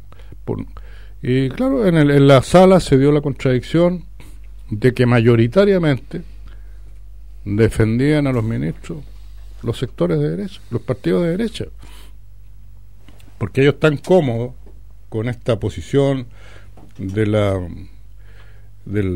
libertad condicional, además con la media prescripción, como se llame, que lo que hace es que no condena con a los años que corresponde la pena, los condena a una pena menor, y más encima le da la libertad condicional antes. Entonces, a la mitad de la mitad. Entonces la derecha está feliz con eso, porque está defendiendo los intereses de los que están en Punta Peuco. Y ellos, esa es la contradicción, porque algunos decían, ¿cómo pueden acusar a ministros que han hecho tanto por el tema de derechos humanos? Yo no niego que hayan hecho. Cumplen con su deber, nomás, además. Pues. Yo no niego que hayan hecho. En un momento hicieron, pero pues que en 17 años no hicieron nada. Y empezaron muy lentamente después a hacer cosas, y ya han pasado 40 años. Y todavía hay cosas pendientes, porque no hubo la acuciosidad necesaria en el momento que tenía que haberse actuado de esa manera. ¿Usted cree, diputado, que este hecho puntual de que haya habido una cantidad de diputados, que 9 por parte de la Democracia Cristiana, 4 o 3, 2, perdón, por Partido Radical, termine sirviendo de fractura o de explicación para cuestionar la unidad de la oposición en futuras actuaciones que deban tener en conjunto? Yo espero que no. Yo espero que no. Indudablemente que es un tropezón, pero la inmensa mayoría de la oposición se manifestó a favor de esta acusación. La inmensa mayoría de la oposición. Entonces es un sector pequeño el que se opone a esta unidad más amplia. En esa situación estamos hoy día. ¿Cómo se va a dar esto para adelante? Bueno, hay que esperar qué es lo que pasa. Nosotros no vamos a poner el acento en que mira, no hay que nada con esto. No, vamos a seguir expresando que nosotros queremos conformar en un proceso, la búsqueda de llegar a acuerdos tras objetivos concretos. Y en el mismo Mercurio hoy día que aparece esa entrevista vienen iniciativas que están haciendo sectores de oposición más allá de la directiva de los partidos para lograr los acuerdos amplios que estamos planteando. Así es. Y hay varias iniciativas de ese tipo, hay varias iniciativas de ese tipo en los que está participando de manera muy activa un sector muy importante de la democracia cristiana, ¿no? Entonces no se trata de decir la democracia cristiana tiene que quedar excluida de esto, no, nosotros no vamos a hacer eso. Además, antes que Patricio le voy a quitar, tuvo ese acto muy importante que se produjo en el Museo de la Memoria, donde la Democracia Cristiana entregó medallas a los 13 firmantes de la carta que se opuso al golpe de Estado del año 73, en la cual fue invitado el Partido Comunista. Claro, tuvo el Partido Comunista, evidentemente, pero eso es lo que hace tan contradictorias a veces las decisiones de la Democracia Cristiana. Bueno, es así, sin duda. Ahora en su entrevista, diputado, creo que usted se pronuncia sobre algo que viene en los próximos meses, que creo que tiene una tremenda relevancia, porque usted plantea que se está constituyendo de alguna manera el esfuerzo de la oposición para enfrentar las elecciones municipales, pero usted señala que el tema no queda acotado allí, que no se trata solamente de política municipal, sino que debe irse más lejos, tanto porque vienen, dice usted, las elecciones de lo que son actualmente los intendentes, gobernadores regionales, según la nueva ley, como porque son el preludio de las próximas elecciones decisivas parlamentarias y presidenciales. Entonces usted dice, la oposición tiene que trabajar también lineamientos que vayan más allá de lo puramente municipal. ¿Cómo visualiza el Partido Comunista este avance hacia una mirada más larga en el país?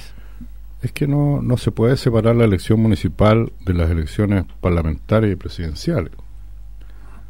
Son la puerta de entrada para esas elecciones. Entonces es evidente que en la elección municipal, en la disputa pública, en la confrontación de ideas, van a aparecer temas que están más allá de lo municipal.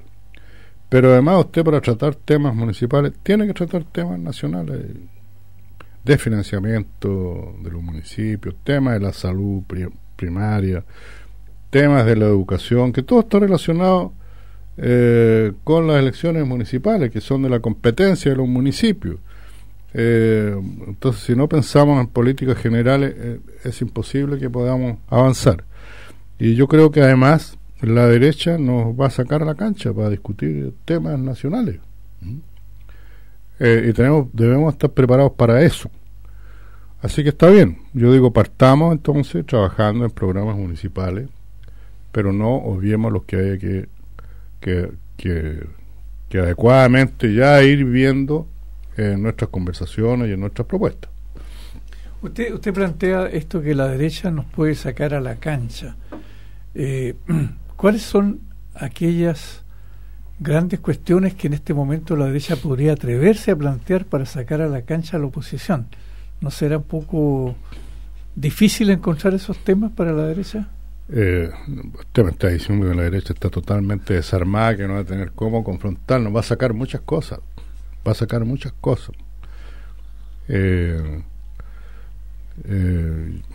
Incluso, fíjese usted, la derecha ahora está haciendo lo que llaman la modernización de la reforma tributaria, la contrarreforma, decimos nosotros. Tal vez ya está eso, no sé si ya va a estar eso dirimido o no, pero va a estar presente el tema previsional, que tampoco sabemos si va a salir antes de eso. Va a venir un nuevo reajuste del salario mínimo antes de las próximas elecciones municipales, también eso va a estar dando bote. Y quién sabe qué más cosas pueden suceder, pues, ¿ah? ¿Cómo va a estar el tema de la economía? ¿Cómo va a estar el tema del empleo, el crecimiento? Ya no va a ser tiempo ya en esos años para que la derecha le eche la culpa a la oposición, pero a lo mejor van a seguir con lo mismo, no sabemos. ¿Cómo va a estar el precio del cobre, etcétera? Hay muchas cosas, pero nosotros también tenemos muchas cosas que adelantar, porque o el tema del litio lo vamos a dejar de lado, o el tema de la nacionalización del agua, o el tema de la ley de pesca, nuestro propio objetivo respecto a una nueva constitución tiene que estar presente. Si la gente que discutió fundamentalmente cuando se hicieron estos cabildos era gente de las comunas, que tiene muy presente esa discusión. Entonces van a haber muchas cosas para discutir. En definitiva, diputado, usted lo que está planteando es que las elecciones municipales pueden ser algo más que el preludio de la discusión de una agenda país entre los sectores progresistas y izquierda con la derecha. Y además que no se olvide otra cosa, que junto con la elección de alcalde y concejal está la elección de gobernadores regionales. Y eso van a ser gobiernos en sus regiones. Entonces, ¿cómo trata usted? Eso ya no son alcaldes ni concejales, son parte del gobierno y van a ser parte del gobierno electo por votos. Van a gobernar parte del país. Y van a gobernar con un programa.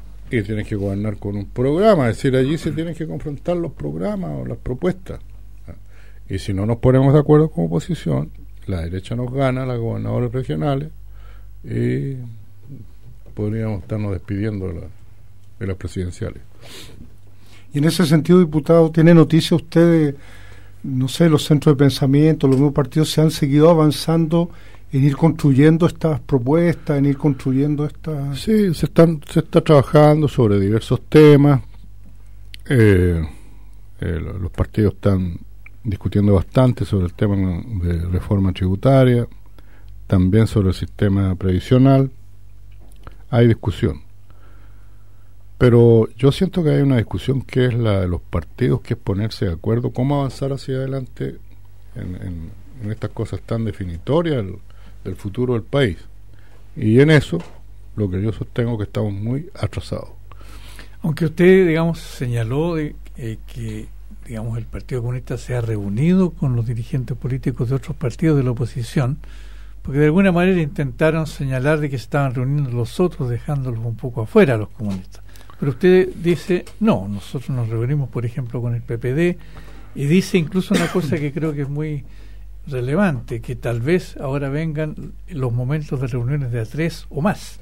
Sí, yo esperaría eso, porque si el PPD habló lo mismo que con nosotros, con el Partido Socialista, salvo que haya algo que no nos hayan dicho, pero no creo, bueno, debiera buscarse la manera de coordinarse entre tres. Me da la impresión a mí, porque los tres estamos de acuerdo en trabajar sobre un programa municipal. Excelente.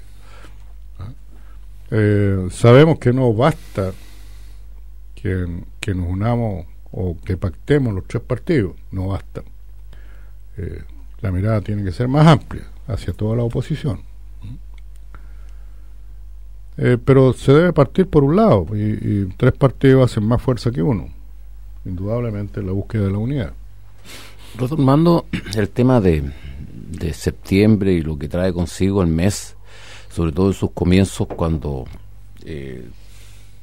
todos comienzan de alguna u otra forma a ser incumbentes en cuanto a que en Chile se violaron los derechos humanos hace 45 años y que necesariamente se requiere recordarlo. ¿Usted considera que este septiembre tuvo la necesaria importancia, el comienzo de septiembre, en el sentido de los homenajes que se le hicieron a Salvador Allende, la participación que hubo en el Congreso, en el Salón de Honor del Congreso Nacional en Santiago, en relación a ese homenaje, lo que significó para la democracia cristiana hacer ese homenaje a los 13 firmantes de la Carta?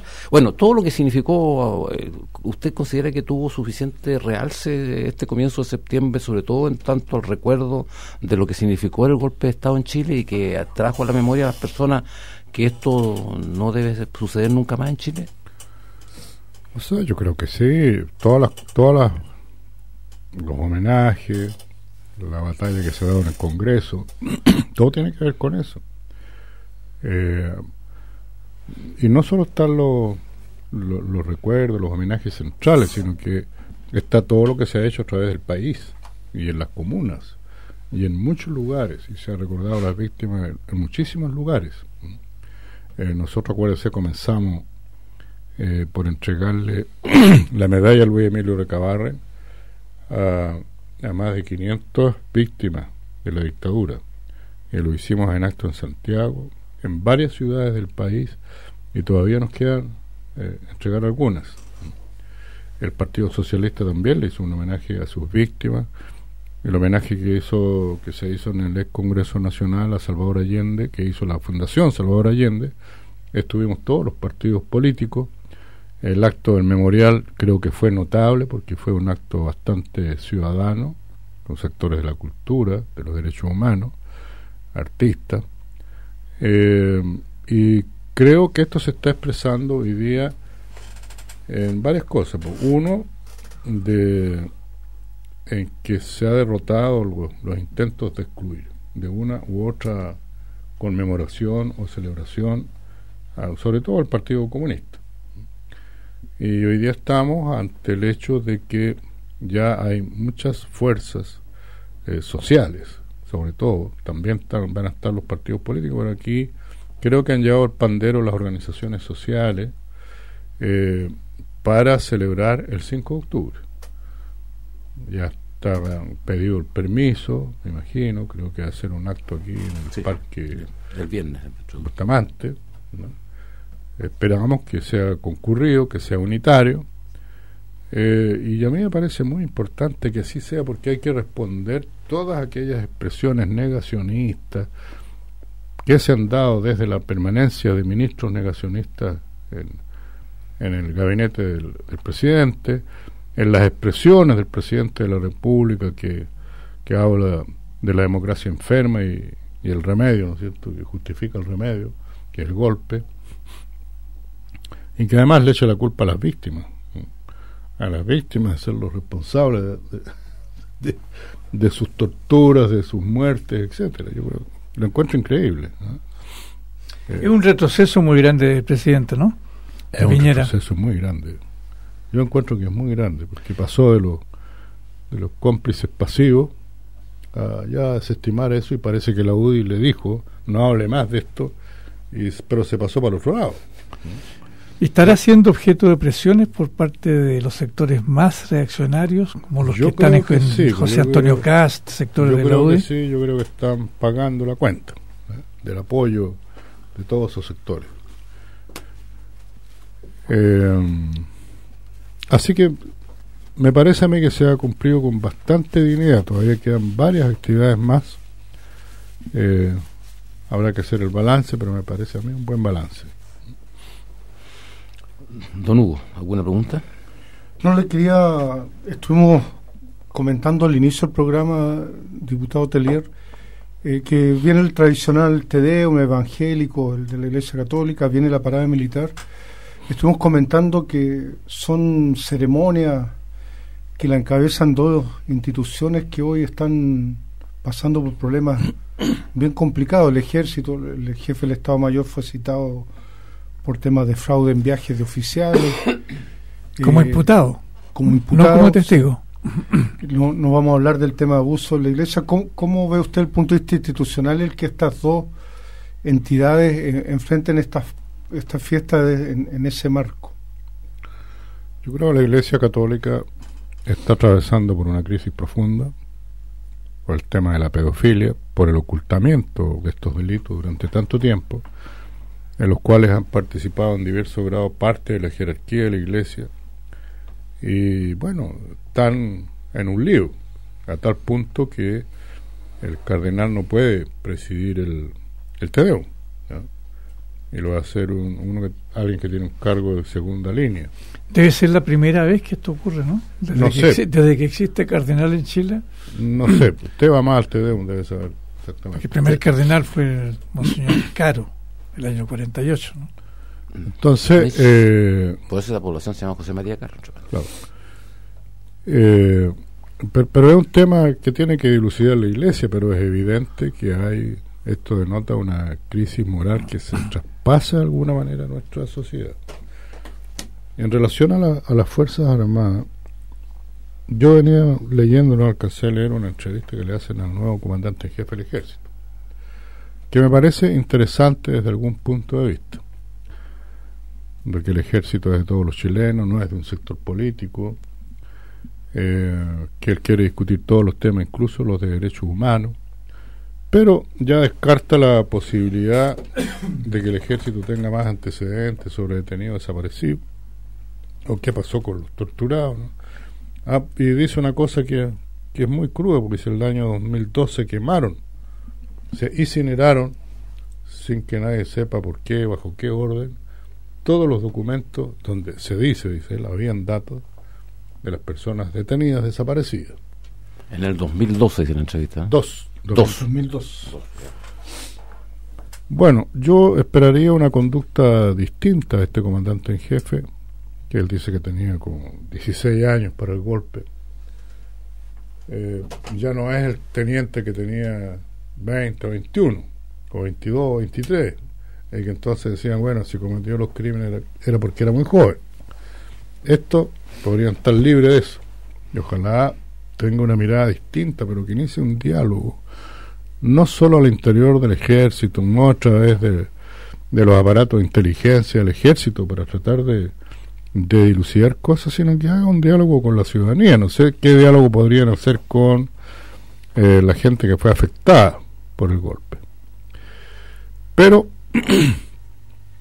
de lo que yo he sabido, o por lo menos lo que uno lee en las noticias, se está preparando una gran parada militar. Una parada militar, yo imagino que es muy cara. Entonces, mi opinión habría sido que esta parada fuera más modesta en su expresión. Es igualmente significativa, si no necesitan sacar todos los tanques, todos los aviones y todo el personal. Basta con una cosa simbólica, significativa, igual va a ser apreciado como desfile de las Fuerzas Armadas.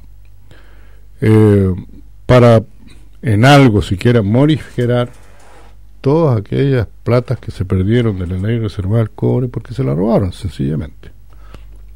Pero habría sido bueno tener una demostración de esa naturaleza ante el país. Fíjese usted que no van a ser televisadas ni los TVU ni la parada. La parada la va a televisar el Canal Nacional. ¿Canal Nacional? Sí, lo obligaron. Los otros no. Seguro. Seguro que pero hasta ayer es que estaban haciendo un negocio, ¿no? Porque por televisar, Canal por televisar Nacional la parada cobran 5 millones. millones. La va a televisar, va a ser el único, y le va a entregar al resto de los canales imágenes, digamos, acotadas. Los goles. Los goles de la parada. O sea, lo que pasaba es que antes entregaban la imagen, pero de forma gratuita. Claro. Entonces, por eso lo transmitían. Ahora van a cobrar 5 millones y los otros canales dijeron que no. Claro. O sea, siempre está el mercado. O sea, tal es así. El mercado interviniendo en la parada militar. No solo la parada militar. No deja de ser interesante un país que transforma la parada en comercio. Sí. Entonces, claro, pero esto habla de que no están bien las cosas. El hecho de que el presidente de la República esté con temor pensando si va o no al Tedeum evangélico, ¿ah? Porque cuando se aprobó la ley sobre género, sobre identidad de género, los que estaban en la galería, que eran partidarios del gobierno, gritaban Piñera traidor, parado, enfurecidos. Y eso en su gran mayoría eran evangélicos. Porque hubo 18 votos de la derecha que votaron a favor de la ley y el gobierno estuvo a favor finalmente, porque yo creo que no le quedaba otra, ¿no? Pero entonces esos fervorizados, que eran evangélicos muchos, que estaban ahí gritándole de esa manera, temen que vayan a hacer lo mismo al templo evangélico, ¿no? Sí, están llegando noticias de que a las 11 empezaba y que hubo disturbios y manifestaciones cuando llegó Piñera de los evangélicos y que la situación es tensa dentro del Tedeum. Bueno, recordemos que había parlamentarios de Renovación Nacional, por lo menos, que son evangélicos y que fueron muy agresivos durante una bancada evangélica, durante esa votación. Hay una bancada ahora. No, sí. Y una de ellas, pinochetista, ya se pasó, o sea, salvador de la patria, todas esas cosas.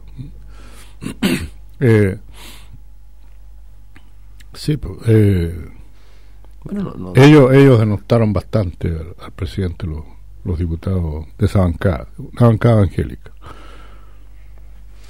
O sea, es interesante hoy día, 45 años del golpe militar, darnos cuenta que en Chile se ha producido una situación que no es la habitual. O sea, uno podría esperar que así como en Alemania la población reaccionó en su momento en contra de Hitler y lo que había significado, en Chile hubiera pasado algo parecido.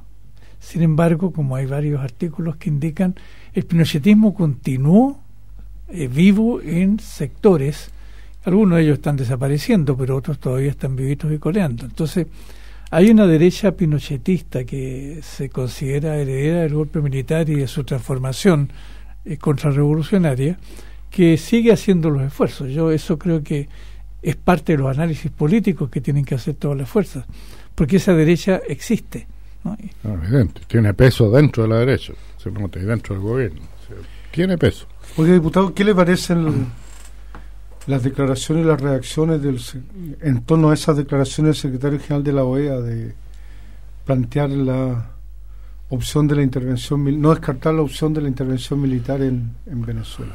Bueno, yo creo que el secretario general de la OEA es un tipo reaccionario, dependiente absolutamente de los sectores más reaccionarios del gobierno norteamericano, de Trump. Y lo único que ha hecho es desnudar su posición. Y yo espero que se den cuenta qué cueca en la que estaban avivando aquellos que están dispuestos a intervenir en Venezuela, que dicen que no hay injerencia, pero que hay que salvar a Venezuela, etcétera. Le están haciendo el juego a estos que están detrás de todo esto y lo que quieren es intervenir. El otro día el New York Times lo dijo claramente, hubo un intento de aunar a algún sector de los militares venezolanos para que dieran un golpe de Estado. Y ahora dice, no hay que descartar la intervención militar, y lo hace justo en Colombia. ¿Por dónde podría ser una intervención militar a Venezuela? A través de Colombia. Y crear una crisis artificial en la frontera a la CIA no le costaría mucho.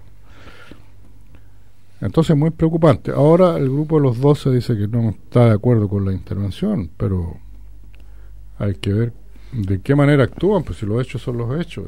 Si siguen apoyando a Almagro, lo que se le ocurre a través de la OEA, entonces el peligro sigue siendo inminente, porque lo que ellos deberán decir es: Almagro no nos representa y debe salir de la OEA. Claro. Debe salir de la OEA, si es un organismo que tiene que arreglar las situaciones, no empeorarlas. Sí, eso es una cuestión significativa, porque es el secretario general del organismo regional, claro, que está incentivando la intervención en un país. Exactamente. Entonces, yo creo que no ha habido ningún otro caso, ¿no? Salvo cuando se intentó hacer algo parecido contra Cuba, ¿no? Claro. En los años 60. Claro, yo creo que la OEA ahí se puso en los Estados Unidos, no me acuerdo bien, pero... Pero es impresionante que en el siglo XXI un secretario general plantee la posibilidad de una intervención militar. Exactamente. Esto es más descarado que ninguna otra cosa, ¿no? Que es un organismo multilateral que debería estar preocupado de preservar la paz, el entendimiento. Sí, está bien que se preocupen de los derechos humanos y de las personas y de los migrantes, todo eso está perfecto. Pero ahí hay que diga, lo mejor sería una intervención militar. En rigor diplomático, a cualquier embajador le cuesta el cargo. Absolutamente. Claro. Por menos, la derecha le pidió el cargo a Eduardo Contreras por mucho menos. Por referirse a los empresarios chilenos. Exactamente. Y tuvo finalmente que renunciar para tranquilizar a los... Oiga, diputado, y a propósito de nuestra compleja América Latina, ¿qué va a pasar en Brasil? Estamos a días ya de... Bueno, el 7 de octubre la elección, ¿no? Así es. Y es el país más importante de América Latina, es una de las 10 economías más grandes del mundo. Entonces, yo venía leyendo la última encuesta, aparece encabezando el candidato de derecha, que es muy reaccionario, que es un ex militar. El de la sospechosa puñalada. De la sospechosa puñalada, que lo hizo subir en la encuesta, de la noche a la mañana. Con lo cual se hizo más sospechosa todavía. Y en un segundo lugar aparecen el reemplazante de Lula en empate con otro dos más. Entonces, con razón, ese artículo al menos dice que la pelea es por el segundo lugar, porque habría segunda vuelta. Y el problema es cómo se van a alinear las fuerzas para la segunda vuelta. Claro, y la dupla va Haddad y que lo acompaña como a candidata a la vicepresidencia es una diputada comunista, que fue diputada comunista muy joven. Bueno, esa dupla podría ganar, porque todavía no se ha traspasado, creo yo, todo el potencial de Lula a Haddad. La gente está recién empezando a reaccionar, porque Haddad empezó con un 4%. Claro.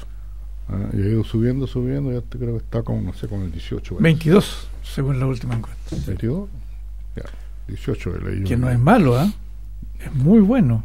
El porcentaje es muy rápido, además. Rapidísimo. ¿Sabes qué? Yo quería así brevemente hacer una referencia a Jair Bolsonaro, el candidato de la ultraderecha, porque de las cosas que no se conocen o no se publican. Fíjate que en una entrevista a la revista Veja de Brasil dijo que Bella aseveró que la dictadura de Augusto Pinochet debió matar a más gente.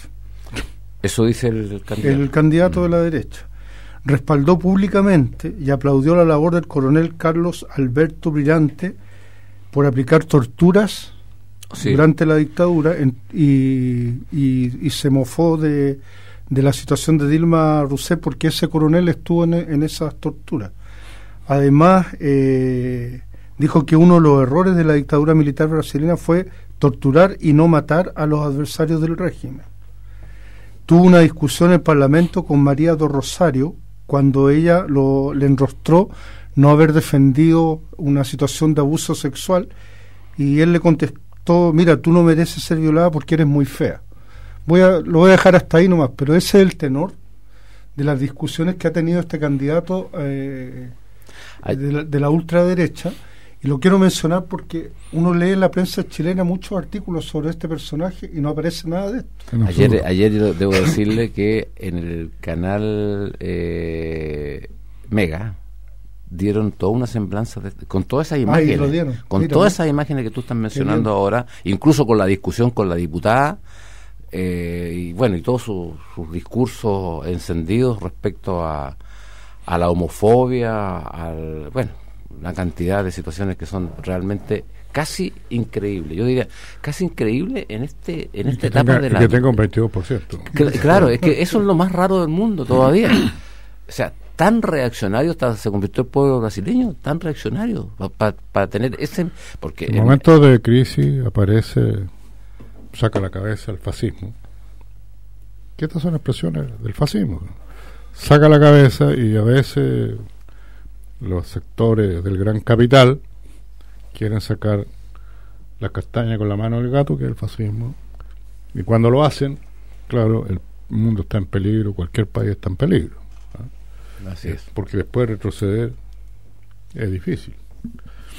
Ahora, aquí en Chile, respecto de la entrevista, parece que ustedes no la leyeron mucho, pero yo pongo un tema muy importante. No sé, la entrevista. Dígalo. Ustedes son periodistas avesados. Algunos. Una cosa es periodista y otra es periodista avesados. Cosas distintas. Son avesados personajes de radio. No, yo tomo un tema ahí que es esto de las grabaciones. Sí, pues mire, usted me va a creer que lo tengo aquí para preguntarle, eso es lo que quería preguntar. Eso es lo peor que puede decir. No, pero es que me lo estaba, mira, si aquí lo tengo. Calla y muere. Bueno, lo tengo hasta subrayado, para que vea, subrayado. El palo lo puedes tirar por otro lado, pero aquí ya le pegaron. ya, diga, cuente. No, los Leones de San Jata. No sé si ustedes coinciden en que el señor presidente deberá transparentar esa grabación, porque está dejando en la gran duda si él cometió un ilícito o no cometió un ilícito. Él dice que esto ya fue hace 20 años, que está, ¿cómo se llama?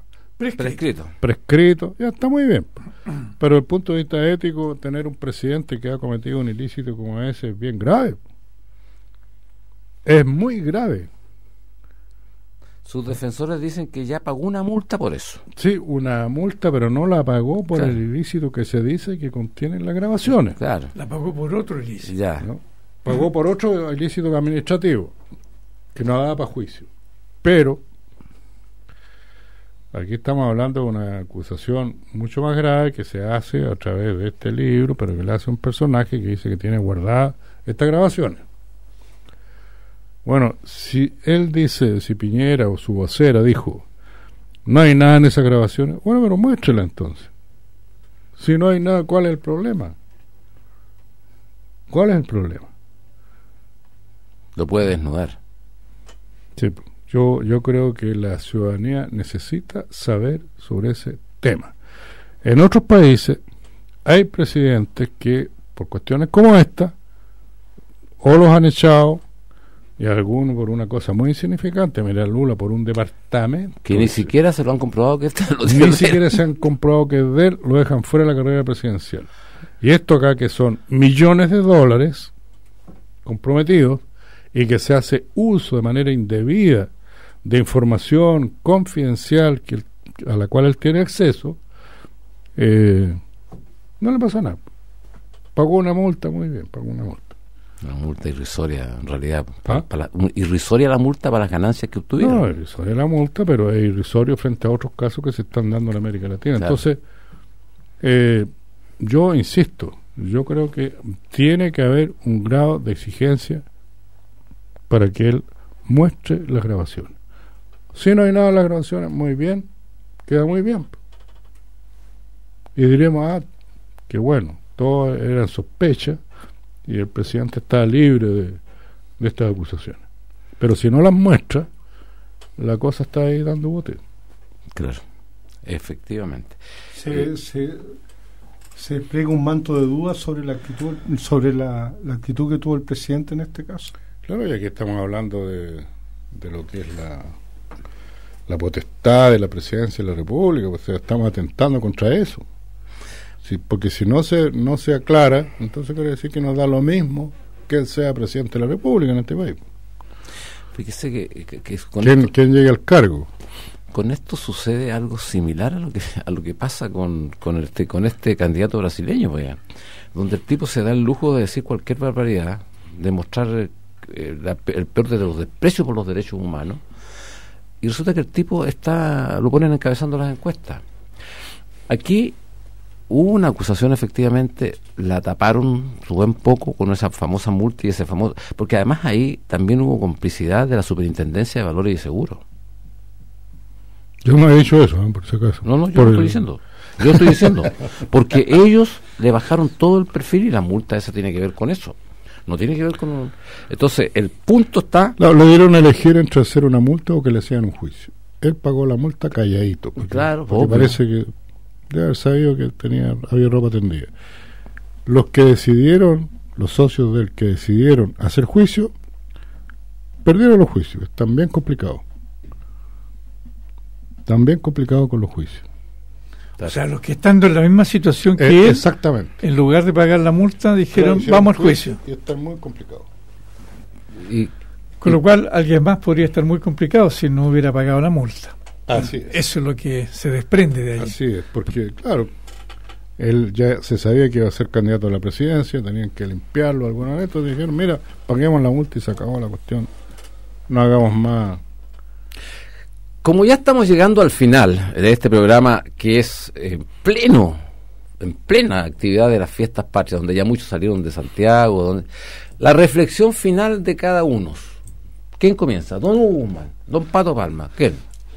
Don Pato Palma. Mucha gente ha salido de Santiago, muchos miles de chilenos han salido. Ayer se produjo nuevamente el mismo taco. Ayer iban millones de personas en los buses, fue una cosa excepcional, la cantidad de personas que tomaban buses y por supuesto también muchos automovilistas.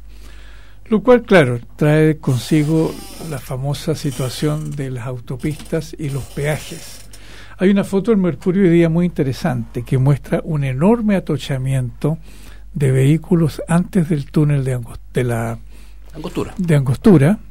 No, es que para allá no se va por túnel, es antes del peaje de Angostura, y curiosamente la autopista vacía después de el peaje. Entonces, claro, uno puede estar de acuerdo o no con que se cobren peajes.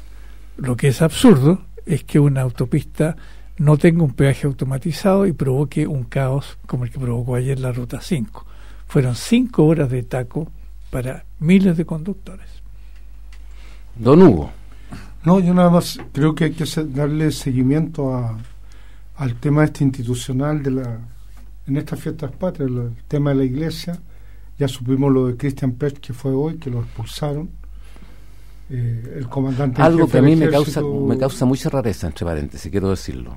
No digo que no sea culpable de alguna cosa, pero que me causa mucha rareza porque esto mismo pudo haber sido, disculpe que le crea, pero esto mismo pudo haber sucedido primero con Caradima. Bueno, ahora están exigiendo que expulsen a otros, pero no es del punto de vista político lo que tú estás hablando, ¿no? Exactamente, sí, claro. Ese es el punto. Sí. El tema es primera vez que concordamos, El tema del ejército creo que no es menor. A mí me parece que en la entrevista del comandante en jefe del ejército abre la puerta y en algunos meses habrá que preguntarle en qué terminó varias de las cosas que él plantea, como la reflexión que él avisa que va a haber de los últimos 50 años.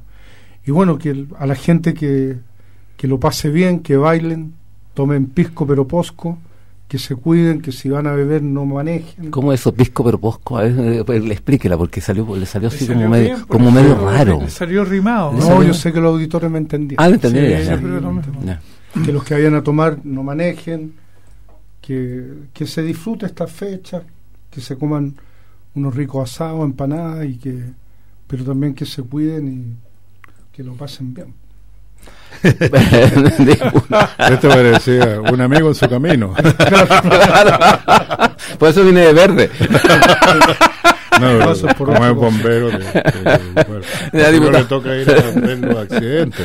Diputado, mucho trabajo. Su reflexión final en esta fiesta. Yo creo que hay que mantenerse con la mente alerta a todo lo que viene, pero yo concuerdo con Hugo que hay que pasarlo bien estos días. ¿Sí? Y los que puedan hacerlo, que lo hagan. Algunos lo harán modestamente. Eso es lo más valioso, los que lo hacen modestamente, que no van a grandes centros ni a grandes, sino que van a la fonda, la modesta fonda, o que van a no sé a dónde a pasear, por último un parque, a sus pies de cueca, o los que las poblaciones lo pasan bien. Yo ese es mi deseo. Si van a ser 3 días en que no creo que nadie se va a preocupar de política estos días. Puede ser. O sea, pueden haber sorpresas como usted ve. Claro. No creo que pasen muchas más cosas. Pero ya pasar bien. Pero ya el jueves, bueno, seguimos. Hay que volver. Volver a la palestra. Hay algunos que se van a tomar el jueves, el viernes, el sábado también. Claro, también. No fallarán. No faltarán. No faltarán aquellos. Ninguno de los que está aquí en todo caso. Bueno, estamos terminando este programa de domingo a domingo sin restricción, y yo quiero decirle a nuestros auditores, si toma, no maneje. Hágalo mejor, ¿sabe qué? Vaya caminando, vaya, busque a alguien que lo lleve y después se vuelve con otra, lo que quiera. ¿Cómo lo hizo el viernes usted? Yo no lo he hecho todavía, ese es mi problema. Está un poquito complicado. Esto último fue por el patrocinio de Conacet. Bueno, hasta la próxima semana, que nuevamente tendremos de domingo a domingo sin restricción y con un tema que a usted, o con muchos temas que a usted siempre le interesarán. Hasta la próxima semana.